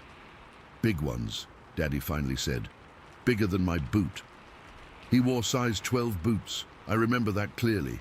They took us to see after breakfast. The garden was a mess. Corn stalks broken, bean vines ripped from their stakes, holes where carrots had been yanked out. But it was the footprints that made my stomach turn. They were pressed deep into the soft earth between the rows, bare feet, not shoes, with 5 toes clearly visible. But they were massive, much larger than a human foot should be. Daddy measured one with his hand, and it was nearly twice the length of his palm. The stride between prints was huge too, much longer than a man could step. Mr. Jenkins came by later that day. He said his hound had been acting strange all night, barking at the woods and refusing to come inside. When Grandpa told him what we saw, Mr. Jenkins nodded like he wasn't surprised. "There's things in those woods," was all he said. "Things been there longer than any of us." We kept that garden for years afterward, but we never saw the creature again. Sometimes, especially on summer nights, Mr. Jenkins' hound would start barking at the woods, and we'd all go quiet, listening. Daddy started locking doors at night, something he'd never bothered with before. I've looked into it since I've been grown. I've read books and articles online about similar sightings. Some people call it Bigfoot or Sasquatch. Others have different names for it. I don't know what to call what we saw that night, but I know what I saw. It's been over 30 years now. I've told this story to exactly 4 people outside my family, and most of them think I'm making it up or that we were just scared kids seeing shadows. Maybe they're right. But sometimes when I visit my parents and sit on that porch at night, looking out at the garden and the tree line beyond, I remember those eyes reflecting the moonlight, and I know something was watching us that night, something that doesn't belong in the world as we understand it. I still wonder if it's out there, moving through the woods, watching from the shadows, and I wonder how many other families have stories they don't tell because nobody would believe them. All I know is that when I hear a dog barking frantically at night, I don't look out the window anymore. Some things once seen can't be unseen. Story 10. I never thought I'd be sharing this online, but I need to get this off my chest. I'm still trying to process everything that's happened to our family over the past few months. We've always been private people, living on our little slice of isolated land in northern Florida, surrounded by dense woods, about 2 miles from the main road. But what we've been experiencing, it's changed us. It all came to a head on October 8th, 2006, a day I'll never forget. That morning started normal enough. I was in the kitchen making breakfast while my husband Jack was outside taking care of the puppies. We had a litter of 8 that needed to be moved to the outdoor pen now that they were old enough. The Florida autumn was mild, perfect weather for them to be outside. I was washing dishes when I heard the back door slam open. Jack burst in, his face white as a sheet. "Helen, you need to come see this," he whispered, his voice shaking. "But be quiet." My heart immediately started racing. Jack's not the type to get spooked easily. 20 years in this rural property, he's handled everything from aggressive wildlife to trespassers without batting an eye. I dried my hands and followed him to the back porch.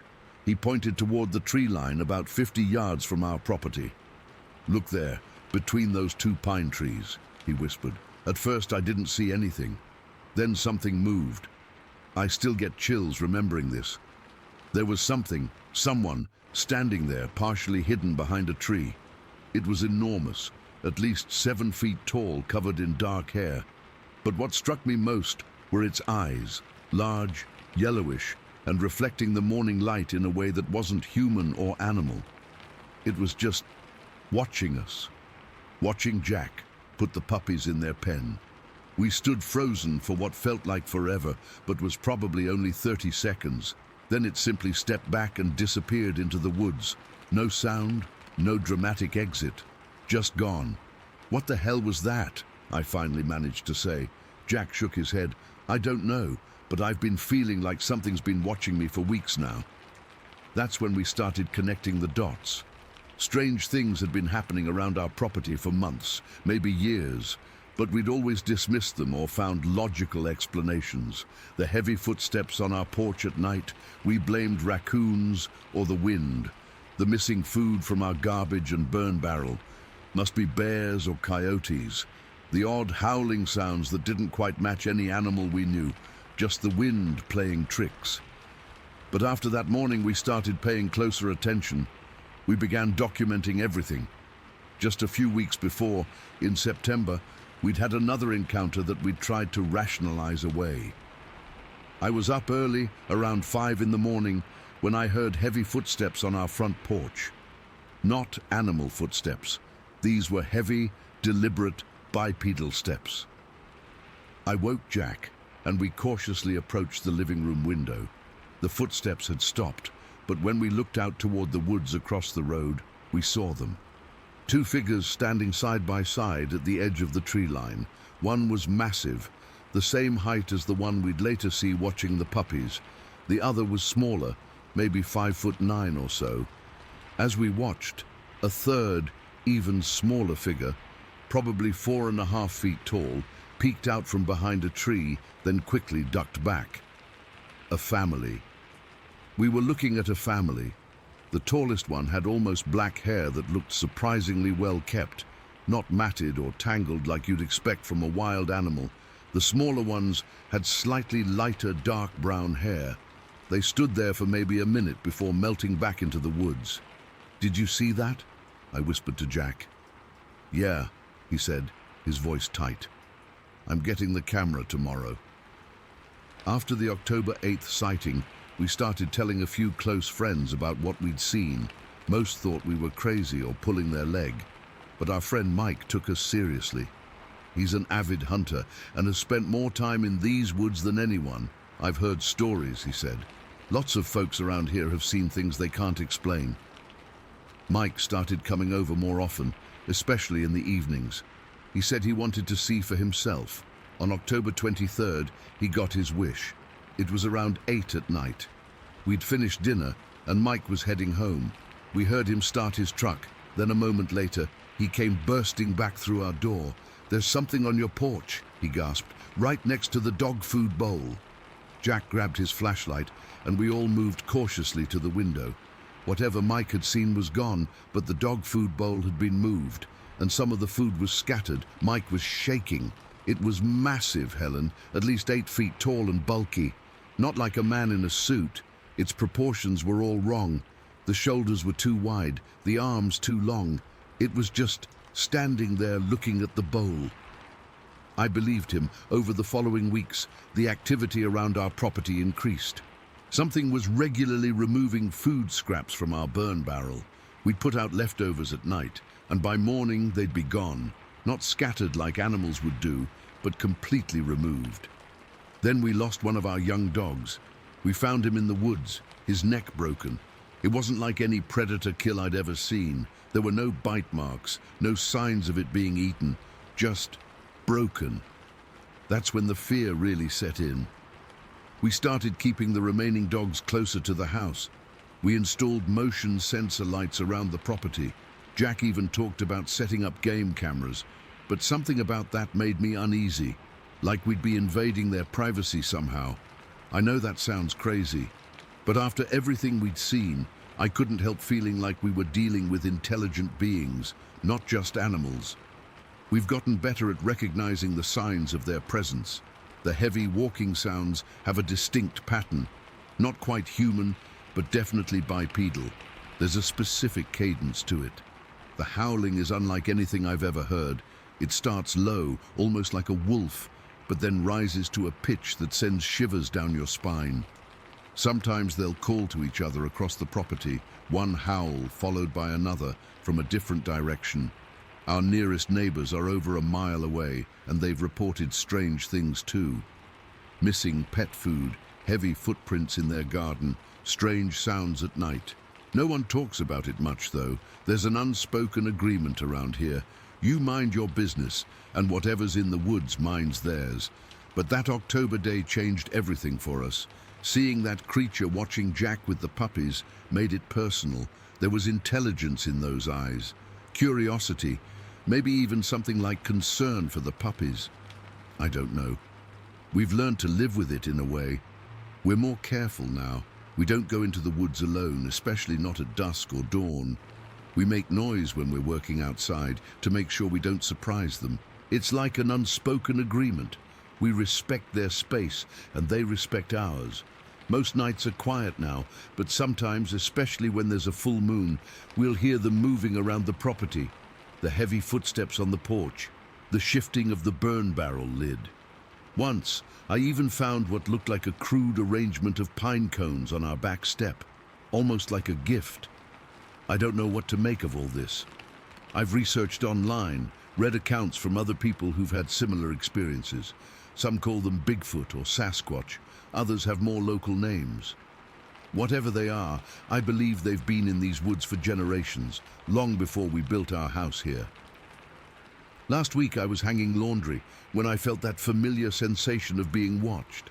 I turned slowly toward the tree line and saw the smallest one, the child, I guess, partially hidden behind a tree. It was watching me with those strange yellow eyes. I didn't feel threatened. Instead, I felt curiosity from both of us. I slowly raised my hand in a small wave. It ducked behind the tree, but a moment later, I saw its face peek out again. Then it was gone. I haven't told anyone about that moment, not even Jack. It felt private somehow, like a brief connection across species. I don't know why I'm sharing all this now. Maybe I'm hoping someone out there has had similar experiences and can help us make sense of it all. Maybe I just need to get it off my chest. All I know is that our isolated property in northern Florida isn't as isolated as we thought. We share these woods with something else, something that watches, thinks, and perhaps even tries to communicate in its own way.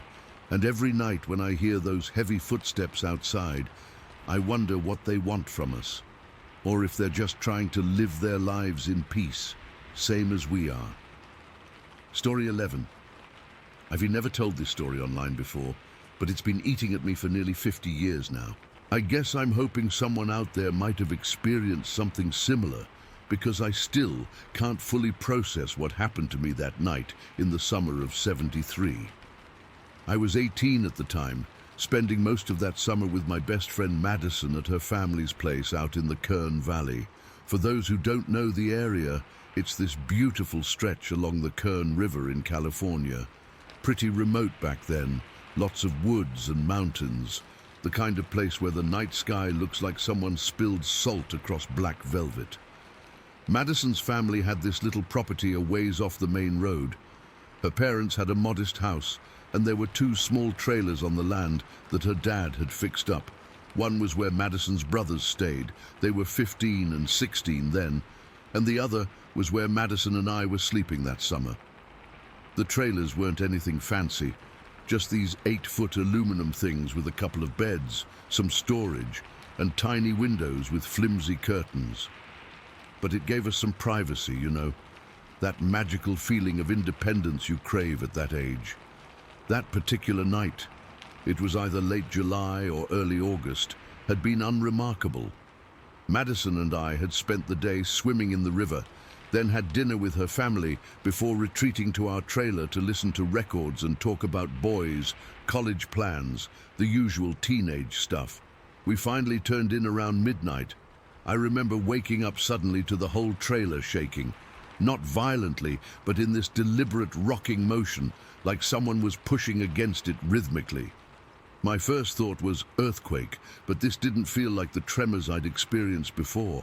This felt intentional.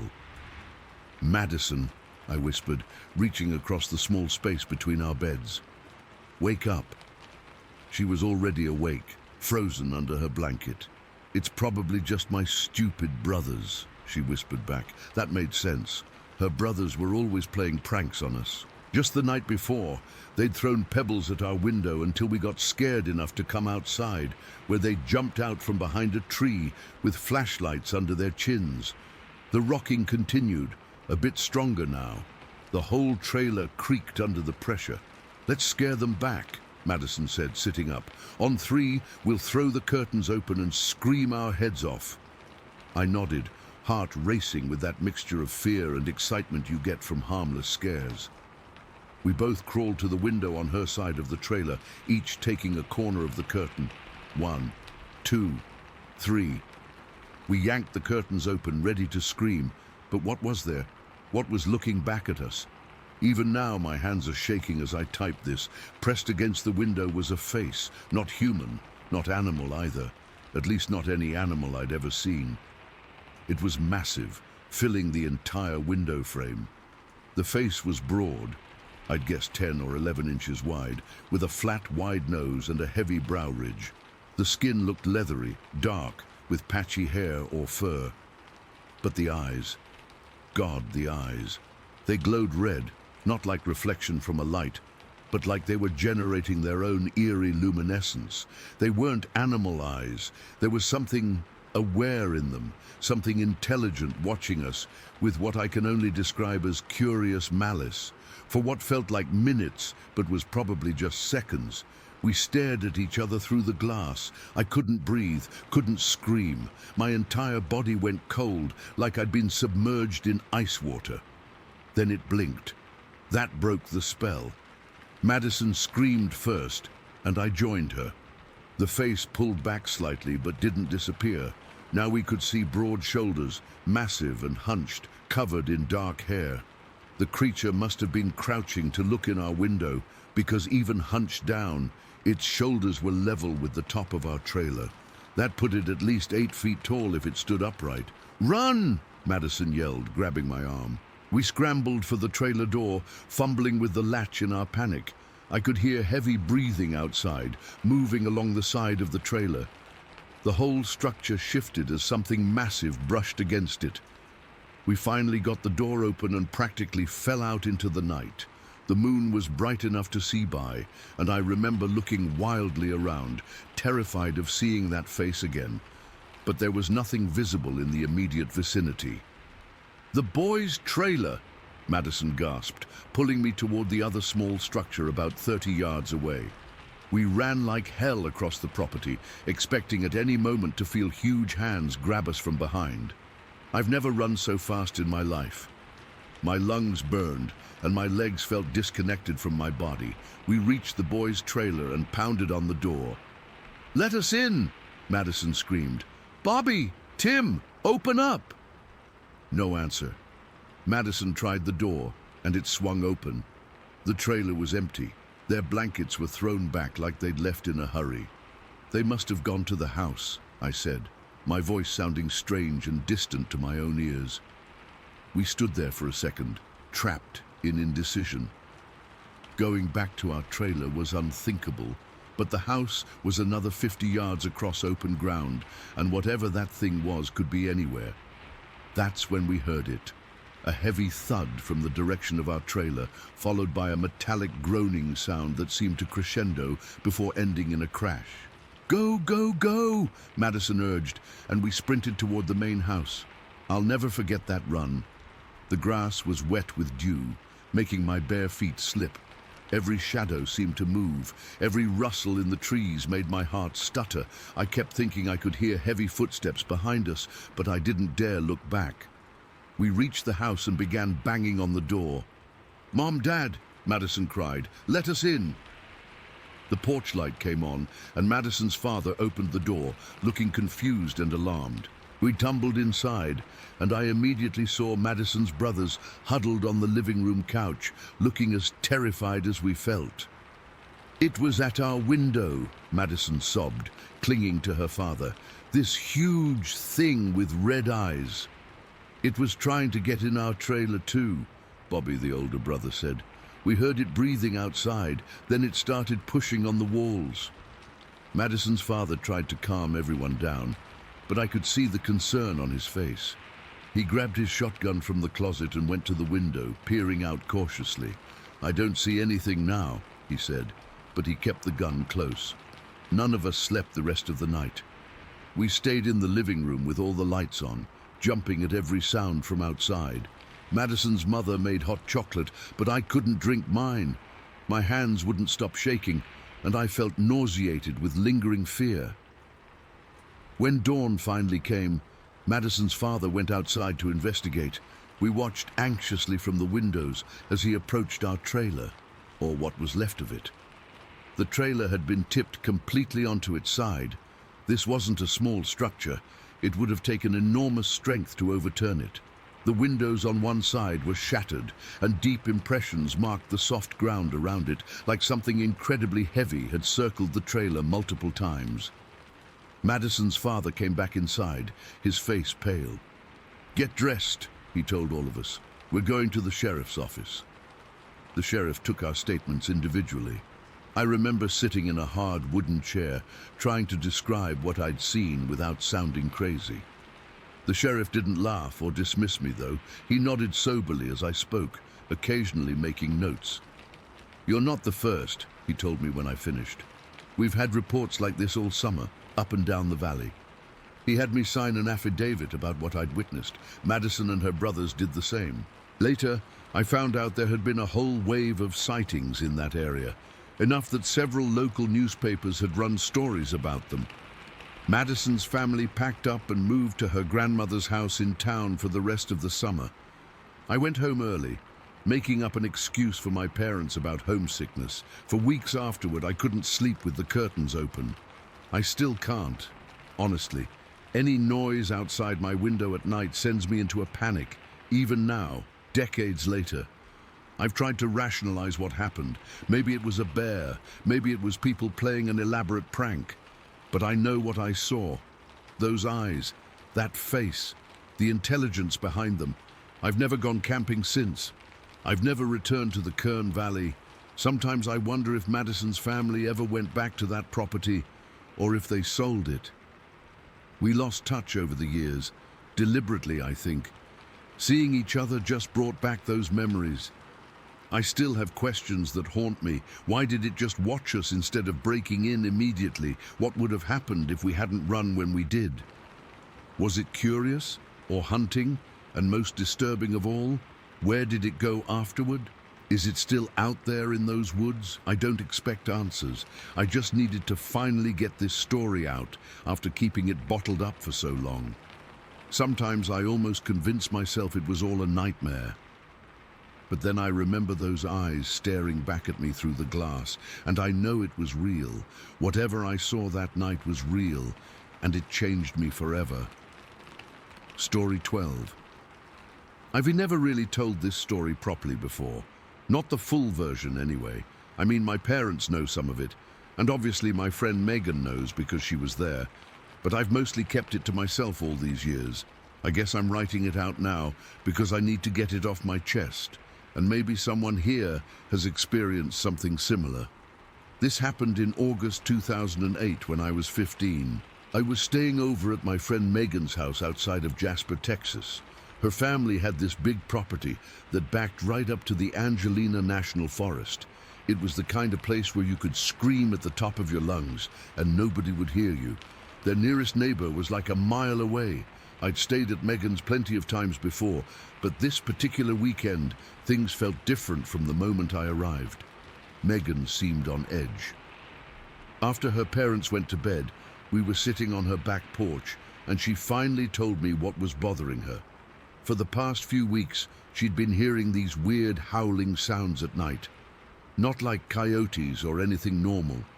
These were deeper, almost like moans, but louder, and she swore something had been following her in the woods behind her house. The weirdest part, she said, is that whenever I light a cigarette out there, it stops, like whatever it is backs off. Megan was always sneaking cigarettes, and she'd noticed this pattern. I think it doesn't like the fire or the smoke or something. I remember laughing it off at first. Maybe your parents installed some anti-smoking monster to keep you in line, I joked. But Megan wasn't laughing. I'm serious, Emma. There's something out there. That night we stayed up late watching horror movies, which in retrospect was probably not the best idea. By the time we went to sleep around 2 in the morning, I was already freaked out. I woke up a few hours later needing to pee. The bathroom was across the hall, and as I was walking back to Megan's room, I glanced out the window at the end of the hallway. The moon was bright enough that I could see all the way across their huge backyard to where it met the tree line. I swear, I saw something move along the edge of the forest. Something big. I convinced myself it was just a deer, or maybe their neighbor's cow that had wandered over. The next day, I mentioned it to Megan, and her face went pale. "That's what I've been talking about," she said. "I think we should check it out." Looking back now, I realize how stupid our plan was. We were just kids who'd watched too many movies where the heroes go investigate the strange noise. But at 15, you think you're invincible. That evening, we made these makeshift torches. We stuffed paper bags with hay from their barn, tied them to some long branches, and figured we'd use Megan's dad's lighter if we needed to light them. Our plan was to walk out to the woods at dusk and see if we could spot whatever was making the sounds. Around 8:30, when the sun was almost gone, we headed out across the field behind Megan's house.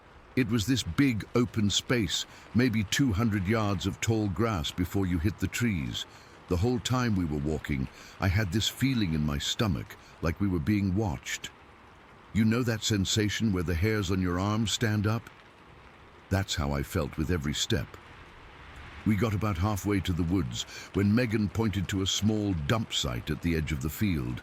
Her family used it to discard old farm equipment and junk.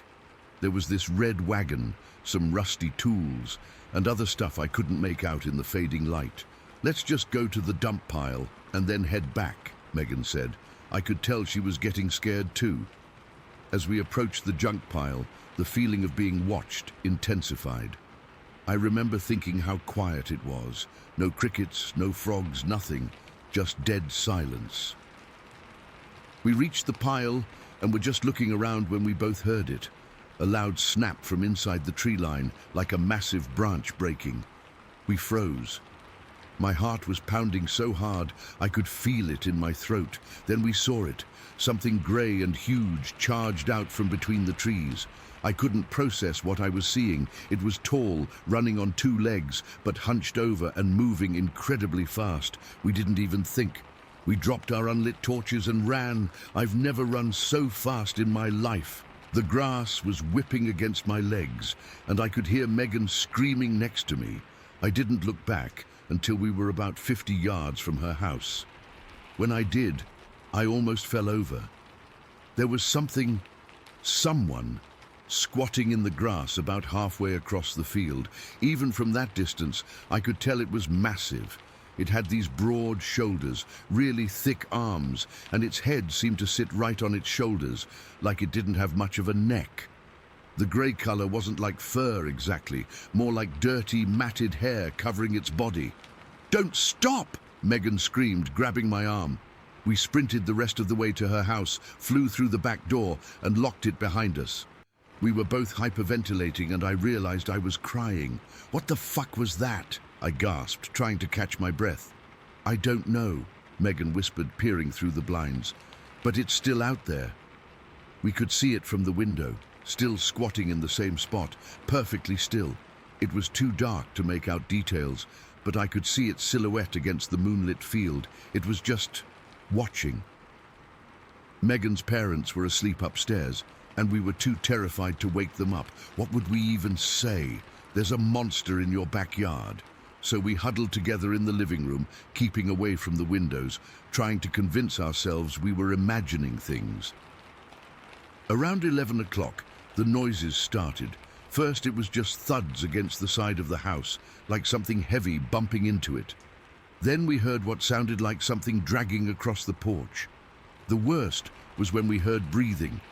Heavy, raspy breathing right outside the living room window. It was so close I could almost feel the heat from it fogging up the glass. I've never been so terrified in my life. We were both shaking, holding onto each other. At one point, I had to pee so badly but was too scared to go to the bathroom. I finally worked up the courage, and Megan came with me, both of us tiptoeing through the house like our lives depended on being silent. In the bathroom, there was a small window that faced the side yard. As I was washing my hands, I heard a low growl right outside. I froze, and Megan's eyes went wide. Something scraped against the wall, directly beneath the window. Then there was a thud, like it had stood up. I swear the window darkened, as if something huge was standing right outside it. We bolted back to the living room and spent the rest of the night huddled on the couch. I don't think either of us slept more than a few minutes at a time. Every noise made us jump. The house settling, the refrigerator humming, everything sounded like that thing trying to get in. Around 4 in the morning, we heard a terrible screeching sound from outside, like metal being bent. Then silence. Complete silence that was somehow worse than the noises. When the sun finally came up, we were exhausted but desperate to see if whatever it was had left any evidence. Megan's parents were early risers and already in the kitchen making coffee when we came downstairs. "You girls are up early," Megan's mum said, frowning at our appearances. We must have looked awful, pale, with dark circles under our eyes. "We couldn't sleep," Megan muttered, not meeting her mum's eyes. We waited until her parents went outside to feed the animals before we ventured out ourselves. The first thing we checked was where we'd dropped our torches. They were destroyed, the branches snapped into pieces, the paper bags shredded. My belt was lying in the grass nearby, which was weird because I'd been wearing it the night before and hadn't even noticed it was gone. It had these clear bite marks on it, like something had been chewing on it. We found more evidence as we looked around. Megan's dad's truck, which had been fine the day before, now had a dent in the side, like something had slammed into it. And the red wagon at the dump site. It was bent nearly in half, as if something incredibly strong had just folded it. No human could have done that. I stayed at Megan's for 2 more nights after that, mostly because my parents were away and I had nowhere else to go. Each night, we heard the same noises, The breathing, the scratching, the low growls. On the second night, something knocked over the trash cans outside the kitchen. On the third morning, they found one of their calves dead near the edge of the property. Its neck was broken and twisted completely around, facing backward. Megan's dad blamed coyotes, but I saw how unsettled he looked. When my parents finally picked me up, I was a wreck. I couldn't sleep for weeks afterward. Every noise outside my window made me think it had followed me home. I eventually told my parents a watered-down version of what happened, but even they looked at me like I was making it up. Over the years, Megan and I have talked about that night many times. We've never been able to explain what we saw. We've researched local wildlife, watched documentaries on bears and other animals, but nothing matches what charged at us from those woods. The closest thing I've found is stories about Bigfoot, but even that doesn't quite fit. This thing was tall, yes, and heavy, and moved with surprising speed. But it was the intelligence behind its actions that still haunts me. The way it seemed to be testing the house for weaknesses, the way it watched us, the way it seemed to know exactly what would terrify us the most. I'm 29 now, and I still have nightmares about it. I still can't go camping or hiking. I've never gone back to Angelina National Forest. Megan moved away from that house a year later, and I can't say I blame her family. I don't know what we saw that night. I don't know if it was some undiscovered animal or something else entirely. All I know is that it was real. It was terrifying, and somewhere out there, it's probably still roaming those woods, waiting for some other stupid teenagers to venture out after dark with nothing but paper bag torches and an excess of curiosity. Sometimes I wonder if anyone else around Jasper has seen it. Sometimes I wonder if I imagined the whole thing. But then I remember the sound of its breathing outside that window, so close I could almost feel it. And I know, whatever it was very, very real. Story 13. I've been trying to make sense of what happened for weeks now, but I just can't rationalize it away. I know what we saw. I've replayed it in my head 1,000 times, and there's just no other explanation that fits. I need to get this off my chest, and maybe someone here has experienced something similar. It was Labor Day, just a few weeks ago. Me, Ryan, Dave, and Mike had spent the whole day fishing at this spot, about 20 miles outside our small town in Wyoming. It was one of those perfect late summer days, not too hot, clear skies, and the fish were actually biting for once. We'd planned to head back before dark, but you know how it goes when the fishing's good. One more cast turned into another hour, then another. By the time we packed up our gear and loaded my truck, it was already dark. We stopped at this little 24-hour diner on the edge of town for some late dinner. We were all in a good mood, laughing about Mike almost falling in the creek trying to land a trout that got away. The waitress probably thought we were drunk, but we were just riding that high you get after a good day outdoors. We left the diner around midnight. The town was dead quiet, which isn't unusual for a small place like ours, especially that late on a holiday. I was driving my F-150, Dave was riding shotgun, and Mike was in the back seat. We were just shooting the breeze, talking about work the next day, and how none of us wanted the weekend to end. It was exactly 12:53 a.m. I remember looking at the dashboard clock right before it happened. We were coming down Main Street, which runs through the center of town. There's not much open at that hour, except the 24-hour gas station at the end of the street. The street lights were on, but they're spaced pretty far apart, so there were these pools of yellow light with darkness in between. That's when Dave said, "Hey, slow down, look at that dog by the trash can." I eased off the gas and looked where he was pointing. There was this municipal trash can on the sidewalk next to the old bank building. Something large and dark was hunched over beside it. My first thought was a bear. We get them in town occasionally when they're hungry, but this didn't move like a bear. "That's not a dog," Mike said from the back seat. "It's too big." I slowed the truck down to a crawl. We were all leaning forward now, trying to get a better look. The headlights caught whatever it was, but it was still partially in shadow. It seemed to be digging through stuff it had pulled out of the trash can. Fast food wrappers, what looked like cupcake boxes, and a plastic chocolate milk bottle. "Maybe it's a homeless guy," Dave suggested, but his voice was uncertain. I remember exactly how my hands tightened on the steering wheel as we got closer. We were maybe 15 feet away when it happened. The thing must have heard us or sensed the headlights, because it suddenly stopped what it was doing and froze. Then it stood up. I'm 6'1", and this thing towered over me, 7 feet at minimum, maybe taller. The headlights hit it full on now, and we could all see it clearly. It was covered in dark hair. Not fur exactly, more like hair that was maybe 5 or 6 inches long. The hair covered its entire body, except for parts of its face and hands. It turned and looked right at us. I'll never forget that moment. Its eyes caught the headlights and reflected back, like a deer's eyes do at night, but different, more aware, more intelligent. Its face was this strange mix of human and ape features, with a pronounced brow ridge and a flatter nose than a person would have. For maybe 2 seconds, we just stared at each other. Nobody in the truck said a word. I couldn't even breathe. It felt like time had stopped. Then it moved. God, how it moved. In one fluid motion, it turned and sprinted across the road, right in front of my truck, maybe 10 feet ahead of us. I instinctively hit the brakes, even though we were barely moving anyway.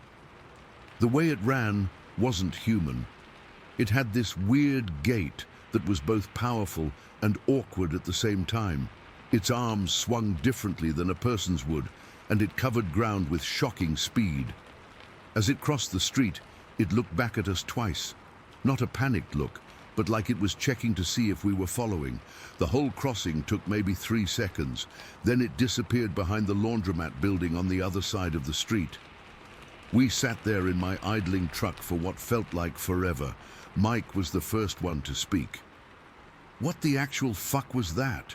His voice was shaking. "You guys saw that too, right?" I asked. My mouth was completely dry. Dave just nodded. His face was pale, even in the dim light of the truck's interior. I finally put the truck in park, right there in the middle of the street. There wasn't any traffic anyway.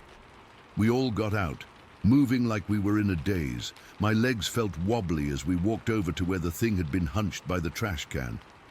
The trash was scattered everywhere. There were McDonald's bags, wrappers from some gas station cupcakes, and that chocolate milk bottle I mentioned. It was like whatever it was had been sorting through the trash, picking out the food items. "Look," Mike said, pointing at the ground. There in the gravel and dirt beside the sidewalk was a footprint, not a shoe print, a bare foot, but massive. It must have been 18 inches long at least, with 5 distinct toes. The impression was deep too, like whatever made it was really heavy. Dave took out his phone and turned on the flashlight for a better look. "That's not human," he said quietly, "and it's sure as hell not a bear." We stood there staring at the print, trying to process what we'd just seen. Part of me wanted to follow the thing to see where it went, but a much bigger part was screaming at me to get back in the truck and drive away. "We should call someone," Mike said. "Who?" Dave asked. "Who do you call for something like this?" We ended up calling the local police. 2 officers showed up about 15 minutes later. By then, we'd found a second partial footprint on the other side of the road, where the thing had run across. The officers listened to our story, but I could tell from their faces they didn't believe us. One of them actually smirked when Mike said the word Bigfoot. "Look, we know what we saw," I told them, trying to keep my voice steady. "We weren't drinking. We weren't high. That thing was right there, in the headlights, plain as day." They took some photos of the footprints and wrote up a report, but they made it pretty clear they thought we were either playing a prank or had seen a bear in poor lighting conditions. Before they left, one of them said, "You boys should probably keep this Bigfoot story to yourselves unless you want the whole town thinking you're crazy." After they left, we stayed there a while longer, trying to make sense of what happened. It was then that I remembered the bank across the street had security cameras. They pointed right at the area where we'd seen the creature. I made a mental note to ask about the footage the next day. We eventually got back in my truck and I drove Dave and Mike home. Nobody said much. What was there to say? We'd seen something impossible, something that shouldn't exist, but all three of us had seen it plain as day. I couldn't sleep at all that night. Every time I closed my eyes, I saw those eyes looking back at me from the darkness. I kept thinking about how it moved, how it wasn't like anything I'd ever seen before. It wasn't a man in a suit. The movement was too fluid, too natural for its body type, and it wasn't a bear or any other animal I've ever encountered in Wyoming. The next day, I went to the bank as soon as it opened, but they said they couldn't release security footage without a police request. I called the police station and asked about it, but the officer I spoke to basically blew me off, said they weren't going to waste resources chasing campfire stories. A few days later, I went back to the area by myself. There's a small creek that runs behind the laundromat where the thing disappeared. I found a trail through the brush and followed it down to the water. There, scattered along the bank, were more fast food containers and wrappers. Some looked older than others, like they'd been there for weeks.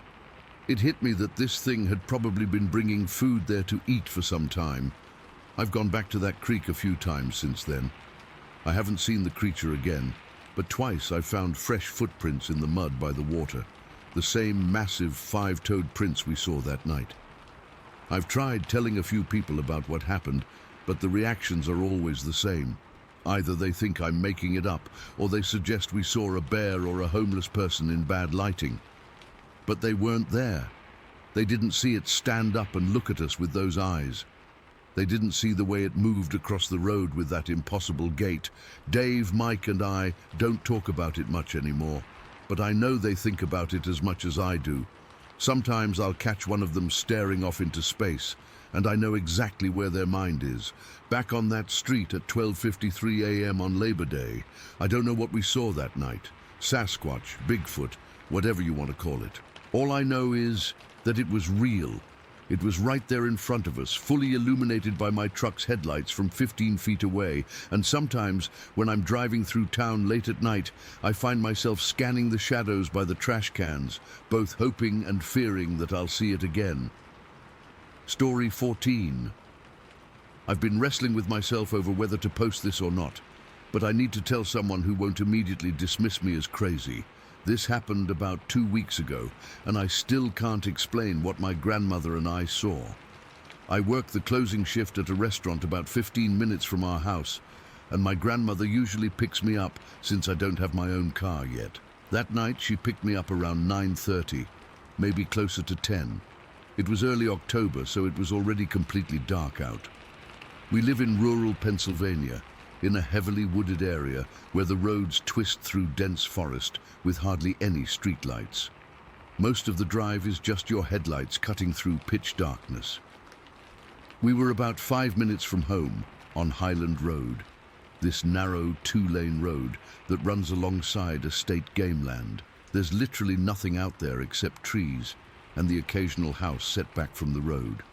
We weren't talking about anything important, just my shift and what we might watch on TV when we got home. That's when we both saw it. About 50 yards ahead of us, something emerged from the trees on the left side of the road. At first, I thought it was a person, because it was upright, but immediately I knew something was off. It was completely black, not just dark-colored, but like it was absorbing the light from our headlights, and it moved wrong. It crossed the entire road in maybe 3 or 4 steps. But not like it was running or jogging. It was almost like it was gliding across. The movement was unnaturally smooth, like it was flowing rather than walking. There was no up and down motion like you'd expect from something walking or running, just this fluid, effortless motion. My grandmother hit the brakes immediately, and we slowed down as it disappeared into the trees on the right side of the road. The whole thing happened in maybe 3 seconds. "Did you see that?" I asked, my voice coming out higher than normal. My grandmother didn't answer right away. She just kept driving, slower now, her hands gripping the steering wheel tightly. She's not the type to get spooked easily. She's lived in these woods for 20 years and knows all the local wildlife. She's had bears in her yard, coyotes, even the occasional bobcat. Nothing phases her, but her face was pale in the glow from the dashboard. "That wasn't a bear," she finally said. "What was it?" I asked. "I don't know." That scared me more than anything. My grandmother always knows what animals we're seeing. Always. "It was too skinny for a bear," I said, trying to make sense of it, "and the way it moved. Too fast," she agreed. "And it didn't make any noise. A bear that size, we would have heard it crashing through the underbrush." We tried to figure it out for the rest of the drive home. A person in a costume. But why would someone be out in the middle of nowhere at night? And how could they move like that? A bear standing on its hind legs. But it was too lean, too agile. Some other animal, but what moves like that? The thing was about 4.5, maybe 5 feet tall. Not huge, but definitely not small. And it was shaggy. That's the only word I can think of to describe it. Not furry like a bear, but like it had this ragged, unkempt covering all over it, and completely black. We got home and locked all the doors, which we never do out here. My grandmother tried to play it off like it was nothing, but I could tell she was disturbed. She kept looking out the windows before pulling all the blinds closed. I didn't sleep well that night. I kept thinking about how smoothly it moved, like it was almost floating across the road. No animal I know moves like that. The next day, I had to work the lunch shift. My grandmother dropped me off around 11 in the morning. Nothing weird happened on the drive there, and we didn't really talk about what we'd seen the night before. I think we were both trying to convince ourselves it was just some weird animal encounter that we'd misinterpreted in the dark. Around 3 that afternoon, my phone rang. It was my grandmother, and she sounded shaken. "It was in front of our house," she said without even saying hello. My stomach dropped. What was? "That thing from last night. I just pulled into the driveway after dropping you off, and it was standing right in the middle of the road in front of our house. When my headlights hit it, it took off into the trees across the street. Our house sits on about 2 acres, with woods surrounding it on 3 sides. The road passes right in front of the house, and across the street is nothing but dense forest for miles." "Are you sure it was the same thing?" I asked, even though I already knew the answer. "Positive. Same height, same black color, same movement. It didn't run away like a normal animal. It just glided into the trees, in broad daylight too." Her voice was steady, but I could hear the underlying tension. My grandmother doesn't scare easily, but she was scared now. "Did you see any details? Like, could you see its face or anything?" I asked. "No." It was facing away from me, but it was definitely the same thing. That shaggy black, whatever it is. I've lived here for 2 decades, and I've never seen anything like it. I asked my boss if I could leave early, claiming a family emergency. He must have heard the genuine fear in my voice, because he let me go without much questioning. A co-worker gave me a ride home, and I made her wait until I was safely inside before she drove off. My grandmother was sitting at the kitchen table with a cup of tea when I got home. She'd never made it to the grocery store. "I don't like this," she said simply. We spent the rest of the day checking and double-checking the locks. I even dug out my late grandfather's old hunting rifle from the closet and made sure it was loaded, though I've never fired a gun in my life and doubt I could hit anything if I tried. That night, we kept all the lights on in the house. I slept in my grandmother's room, on a mattress on the floor. Neither of us wanted to be alone. The next few days passed without incident, but we were both on edge. I started researching local wildlife, trying to find anything that could explain what we saw. Black bears were the obvious answer, but the movement was all wrong. Bears don't glide, they lumber, they run, they walk, but they don't move the way this thing moved. I also looked into local legends and folklore, wondering if there were any stories about strange creatures in our area. There were the usual Bigfoot tales and some Native American legends about forest spirits, but nothing that matched exactly what we saw. A week after the sightings, my grandmother and I were sitting on the porch during the day. We hadn't been outside after dark since the encounters, when our neighbor from down the road drove by and stopped to chat. My grandmother has lived here so long that everyone knows her, and people often stop by just to say hello. After some small talk, my grandmother casually asked, "Have you seen anything strange on the road lately? Any unusual animals?" Our neighbor, a lifelong hunter who knows these woods better than anyone, gave her an odd look. "Funny you should ask. Last week I was driving home late, and I swear I saw something cross the road that I couldn't identify. Black, moved real quick. Thought it might be a bear cub at first, but it didn't move right." My blood ran cold. He'd seen it too. "Where exactly?" my grandmother pressed. "Just past the old Miller property, where the road curves by that big stand of hemlocks. The same spot where we'd seen it. Since then, I've been hearing more stories. Another neighbor's dog won't go out at night anymore, just stands at the door and growls at the darkness. Someone else reported their chickens were agitated for no apparent reason. Small things that wouldn't mean much on their own, but together with what we saw, they paint a disturbing picture. I haven't seen the creature again, but I feel like it's out there, watching. I don't walk to the mailbox after sunset anymore. I don't take out the trash in the dark. When my grandmother picks me up from late shifts, I wait inside the restaurant until I see her car pull up, then run out quickly. Maybe it's just an animal I can't identify. Maybe there's a perfectly logical explanation, but I can't shake the memory of how it moved. That smooth, silent gliding that seemed to defy physics. No normal animal moves like that. I've lived in these woods my entire life and thought I knew all the creatures that called this place home. Now I'm not so sure. Whatever we saw that night, it wasn't something that's supposed to be here. And the fact that it was right in front of our house in broad daylight the next day makes me think it wasn't just passing through. It's been 2 weeks now, and nothing else has happened. But I still can't stop thinking about it. I still peer into the trees whenever I'm outside, half expecting to see that black, shaggy figure watching me from between the trunks.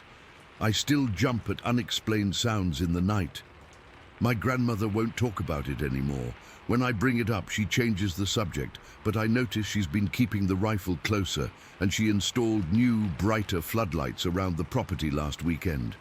Whatever it was, it's still out there. And I can't shake the feeling that sooner or later we're going to see it again. Story 15. It's been 4 years since that morning in the Uwharrie National Forest, and I still get goosebumps thinking about it. My daughter Emily and I were on our annual camping trip, something we'd been doing since she turned 8. She was 12 at the time of the incident, and it was just the two of us that weekend since my wife had to work. We'd set up camp the previous evening at one of those secluded spots off the main road. It was peaceful, just the sounds of nature and our little campfire. We'd gotten up early that morning because Emily was hungry, and I'd forgotten to pack enough snacks for breakfast. There was this little diner about 15 minutes away that we'd visited before, so we decided to head there rather than eat the sad remains of our trail mix. It was that weird time of morning, around 6:30, when it's not dark anymore, but the sun isn't fully up either. Everything had this grayish-blue tint to it. The forest was quiet, except for some early birds and our old Subaru rumbling down the gravel road. We were chatting about what we'd do later that day. Emily wanted to try fishing at the creek we'd spotted, when it happened. About 5 minutes into our drive, we were approaching this downhill stretch where the road curves to the right. There were thick woods on both sides, typical North Carolina forest with pines and oaks and all that undergrowth. I remember slowing down for the curve when something stepped onto the road from the left side. At first, my brain didn't process what I was seeing. It was just this massive dark figure, and for a split second I thought maybe it was a bear, but bears don't walk like that. This thing was completely upright, walking on 2 legs, like a human, but not human at all. The way it moved was fluid, purposeful, long strides, and the size, Jesus, the size of it. As it crossed in front of us, it passed one of those diamond-shaped yellow warning signs, you know, the ones that tell you about curves ahead, and it completely blocked the entire sign from view. For reference, those signs are usually mounted about 7 or 8 feet high. I hit the brakes instinctively, not hard enough to skid, but enough to slow us down to maybe 10 miles per hour. Emily had been looking down at her phone, but when she felt the car slow, she looked up. "Dad, what's that?" Her voice was barely a whisper. The creature was about 50 yards ahead of us now. It was dark brown, almost black, with broad shoulders that tapered down to a narrower waist. The proportions were human-like, but exaggerated. The arms were long, hanging down past where the knees would be. Then it stopped, right in the middle of the road, and it turned its head toward us. I'll never forget that moment. The car was still rolling forward slowly, and I couldn't bring myself to stop completely. I didn't want to be stationary near this thing. Its face was partially obscured by the angle and the morning shadows, but I could see enough. It had a pronounced brow ridge and what looked like dark eyes set deep in its face. It wasn't aggressive, it just looked at us, like it was assessing who or what we were, curious maybe, or territorial. I couldn't tell. But it felt intelligent. That's what freaked me out the most. The sense that there was a thinking mind behind those eyes. After what felt like forever, but was probably only a few seconds, it turned away and continued across the road, disappearing into the woods on the right side. Emily and I sat in silence for a moment, the car still creeping forward. Then she broke the quiet. "Dad, was that... did you see?" "Yeah," I said, my voice sounding strange even to myself. "I saw it." "What was it?" she asked, her voice shaking a little. "I don't know," I answered honestly. We reached the spot where it had crossed, and without really thinking it through, I stopped the car and put it in park. The rational part of my brain was screaming at me to keep driving, but some deeper curiosity made me want to check. "Stay in the car," I told Emily. "No way," she said, already unbuckling her seatbelt. "I'm coming with you." I should have insisted she stay put, but truthfully, I didn't want to be alone out there.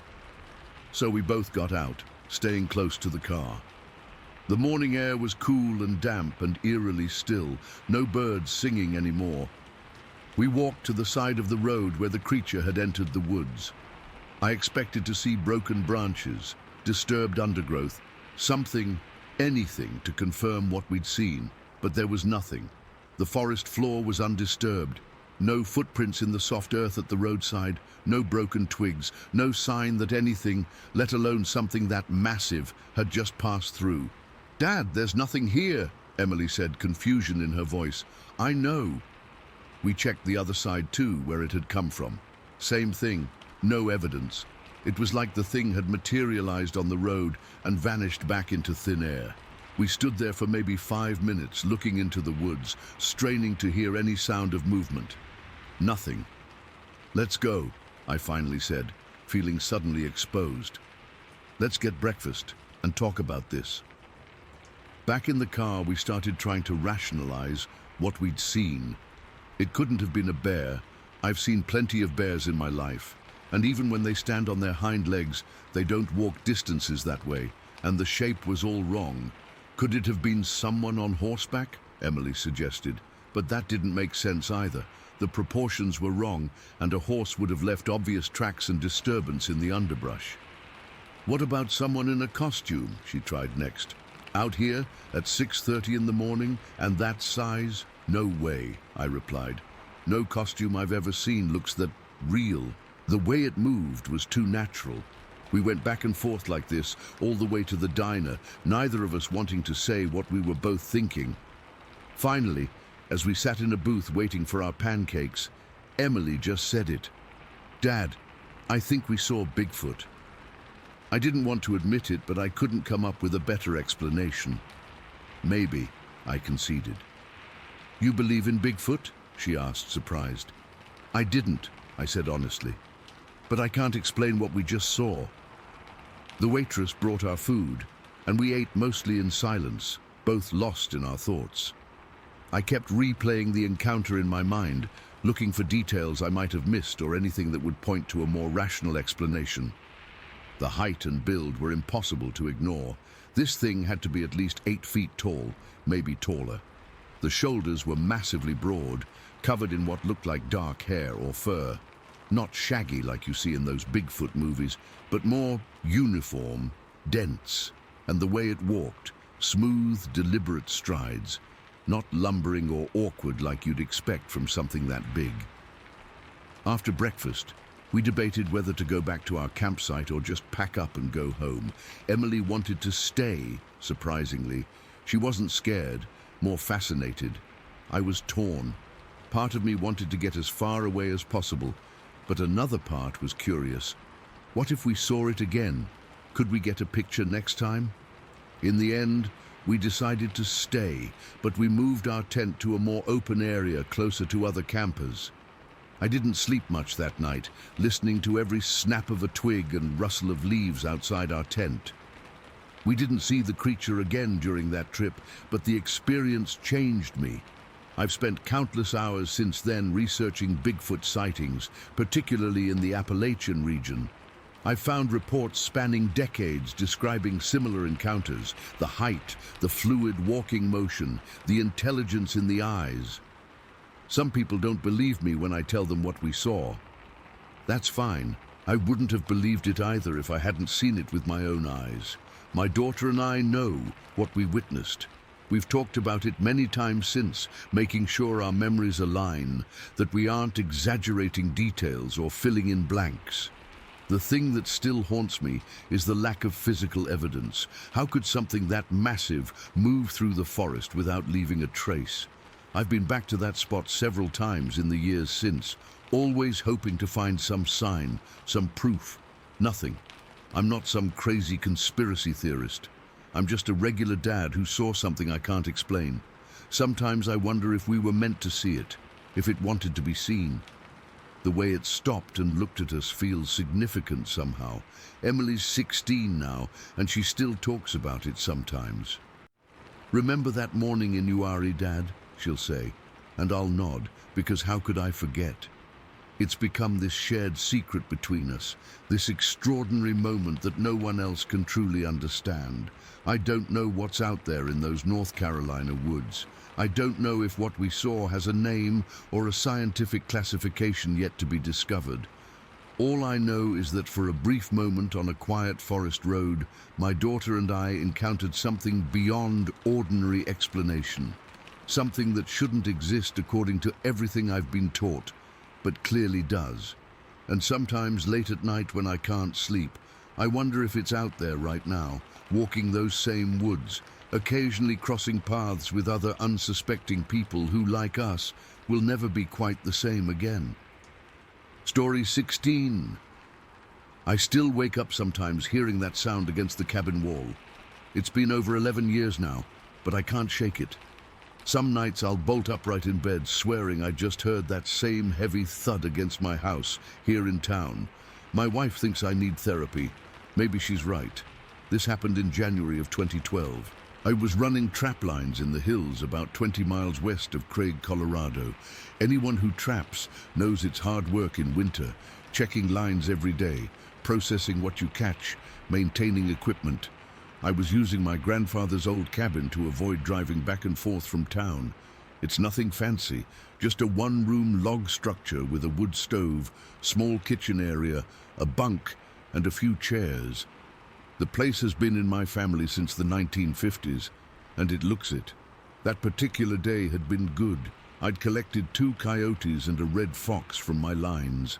The sky was clear, but cold as hell. Must have been around 5 degrees when I got back to the cabin, just as the sun was setting. First thing I did was get that wood stove going properly. I'd left it banked that morning, but it needed more fuel to really heat the place. I remember peeling off my damp socks and hanging them on the little rack by the stove to dry out. It's the small comforts that matter when you're in the backcountry. The wind picked up as darkness fell completely. Nothing unusual about that. This part of Colorado gets nasty wind in winter. I heated up some canned stew, ate at the small table, then settled into the old armchair with a book. Must have dozed off because the next thing I remember was jerking awake to a loud thump against the back wall of the cabin. At first, I figured it was just a branch or something blown by the wind.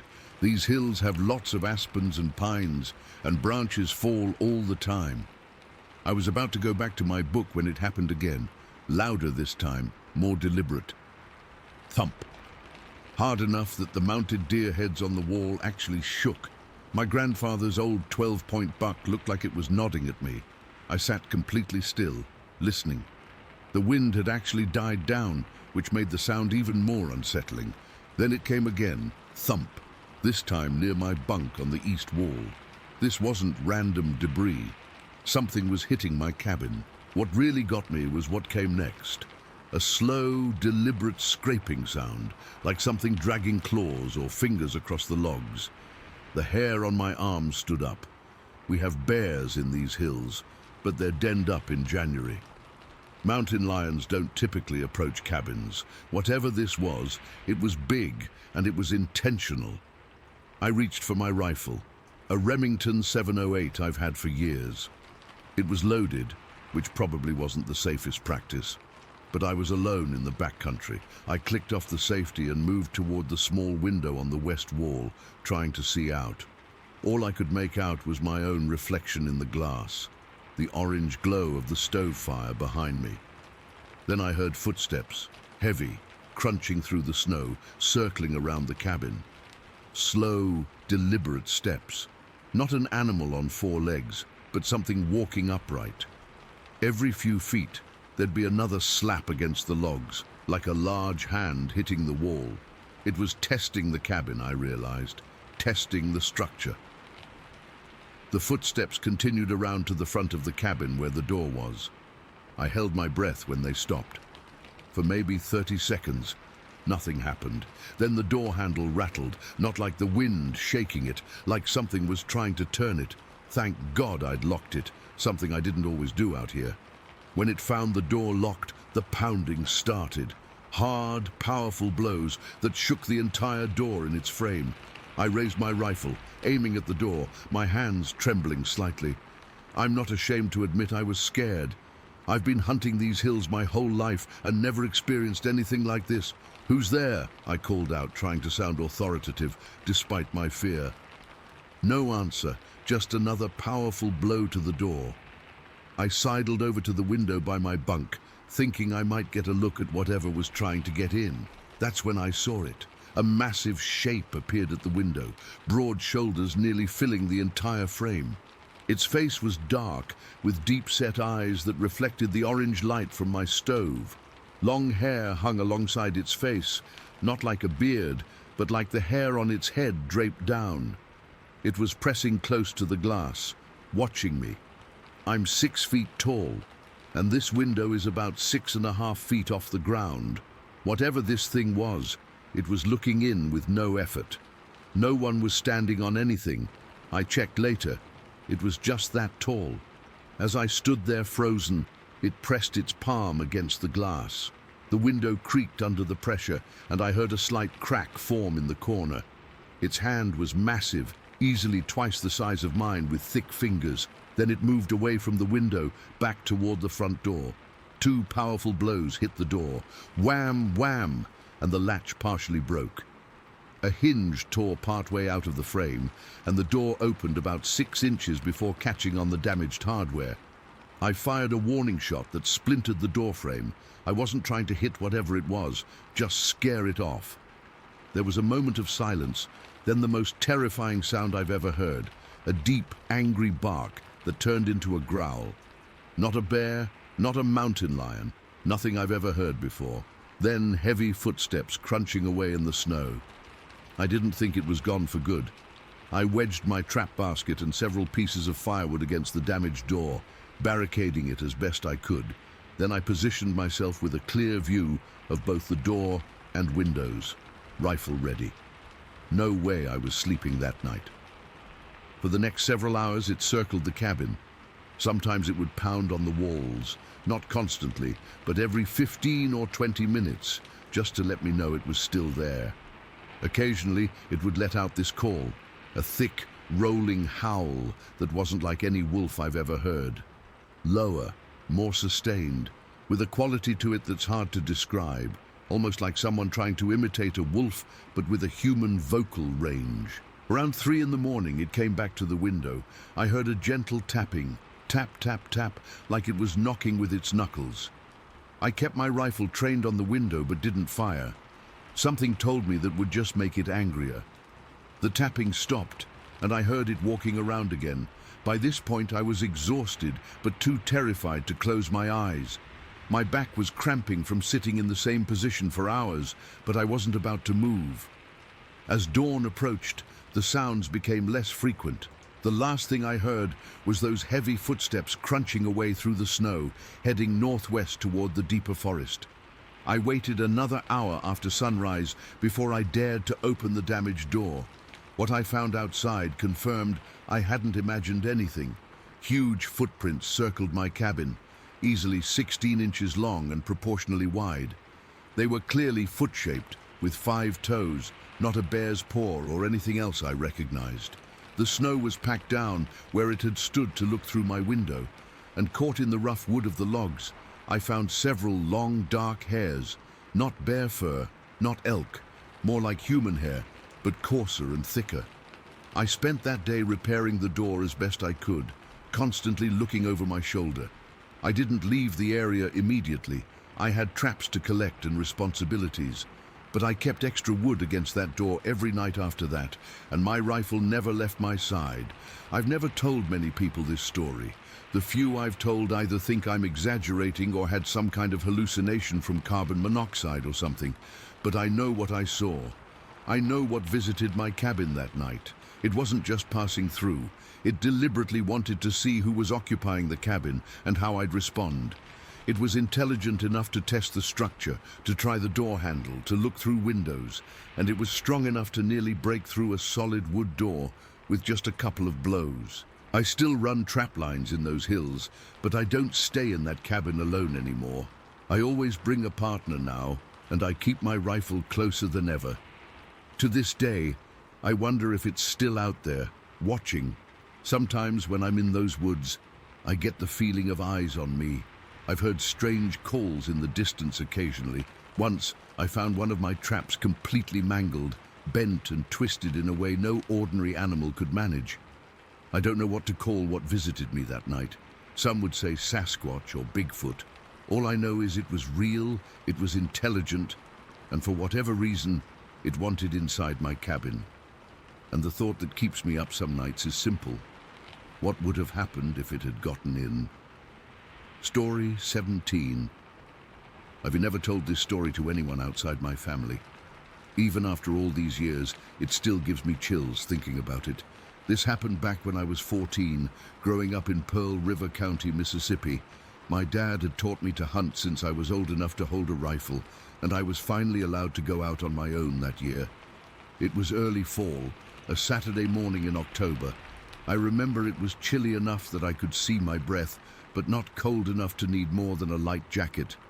I'd gotten up before sunrise, around 5:30 in the morning, grabbed my 20-gauge shotgun, some squirrel loads, and headed out to the woods behind our property. The land back there was beautiful, but dense. Thick hardwoods with lots of oaks and hickories, perfect for squirrel hunting. There was a creek that ran along one side and eventually fed into the Pearl River. I knew those woods like the back of my hand. At least I thought I did. I'd been out for maybe 2 hours. The sun was fully up by then, and I'd already bagged 2 squirrels. I was feeling pretty proud of myself. The forest was quiet except for the occasional bird call and the crunch of leaves under my boots. That's when I first heard it, Gruffy barking. Gruffy was our neighbor Mr. Wilson's dog, some kind of hound mix. He was usually pretty chill, would follow me sometimes when I went hunting. But this wasn't his normal bark. It was frantic, aggressive, the kind of bark dogs make when they're genuinely scared or threatened. I figured maybe he'd cornered a raccoon or something, so I started heading in that direction, thinking I might help out if needed. As I got closer, the barking got more intense, and then I heard growling, not from Gruffy, but something deeper, something that made the hair on my arms stand up. When I pushed through a thick patch of underbrush and into a small clearing, that's when I saw it. At first glance, I thought it was a black bear standing on its hind legs. We get bears in those woods sometimes, and I'd been warned about them, but they're usually pretty shy. This thing was huge, maybe 6 feet tall, and Gruffy was lunging at it, barking his head off, then backing away when the creature would swing at him. But as I stood there frozen, I realized something wasn't right. It wasn't a bear. Bears have a certain shape to them, even standing up. This was different. I can still picture it so clearly. It had this broad face with deep-set eyes that seemed to be sunk into its head. Its nose was flat, almost pushed in, and it had this thick, prominent forehead that jutted out. The shoulders on this thing were massive, way bigger than any human's, and its arms were long and muscular, hanging down nearly to its knees. The whole body was covered in dark brown hair, not fur exactly, more like coarse hair. Its chest was incredibly wide, barrel-shaped, and I remember noticing its hands. They were thick with these long fingers that looked almost human, but too big, too powerful. I was just standing there, my shotgun hanging loose in my hands, trying to process what I was seeing, when the thing turned and noticed me. Our eyes locked, and let me tell you, there was intelligence there. This wasn't just some animal. It felt like it was looking right through me. Then it let out this growl, not like a dog or a bear, but deeper, more guttural. I literally felt it vibrate in my chest. That's when real fear hit me. I knew my little 20 gauge with squirrel loads wasn't going to do anything but piss it off if it decided to come after me. I started backing up slowly, trying to remember everything I'd been taught about encountering wild animals. Don't run, don't turn your back away slowly. But my heart was pounding so hard I could barely hear my own thoughts. I'd only taken a few steps back when it growled again, louder this time, and took a step in my direction. That broke me. All that don't run wisdom went right out the window. I dropped my gun, my dad's gun that he'd trusted me with, and I ran. I ran faster than I'd ever run in my life.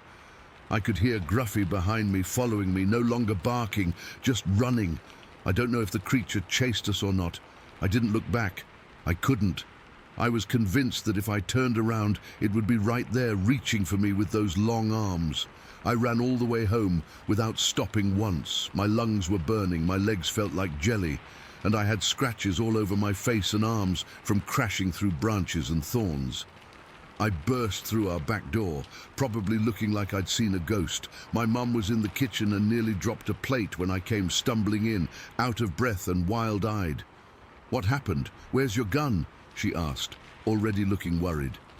I tried to explain between gasps for air, but the words came out jumbled. Bear, not a bear. Big, growled, Gruffy.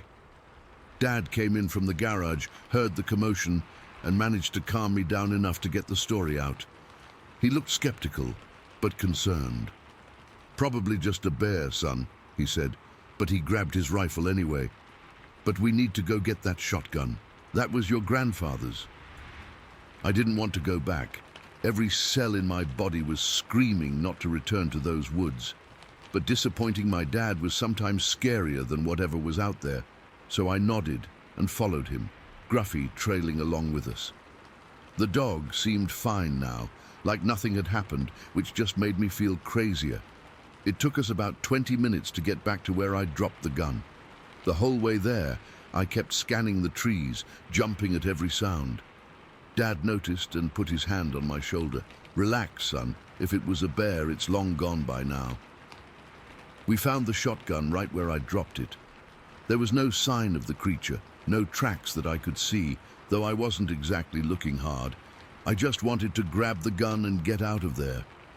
Dad examined the area briefly, knelt down at one spot, then stood up without saying anything. On the way back, he tried to reassure me. "Look, bears can look mighty strange when they're standing up, especially if you've never seen one up close before, and they can smell pretty bad too."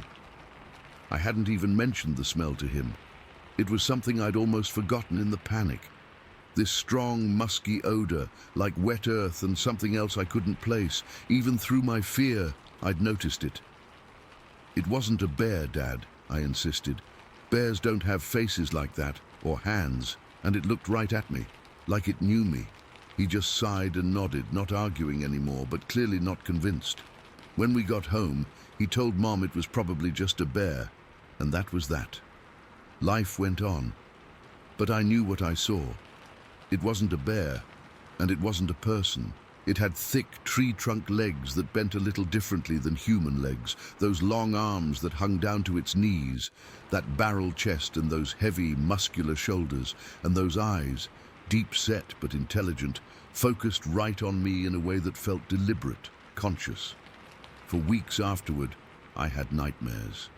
I'd wake up in a cold sweat, feeling those eyes on me again. I refused to go hunting alone, and even with Dad, I was jumpy, constantly scanning the tree line. He was patient with me, but eventually told me I needed to get over it. "Can't let one scare keep you out of the woods forever," he said. I did go back to hunting eventually, but never alone in those particular woods again.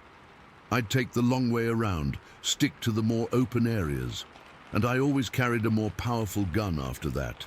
Years later, when I was in college, I came across an article about Bigfoot sightings in the southeast. There were descriptions that matched what I saw: the broad face, the deep-set eyes, the flat nose, the long arms.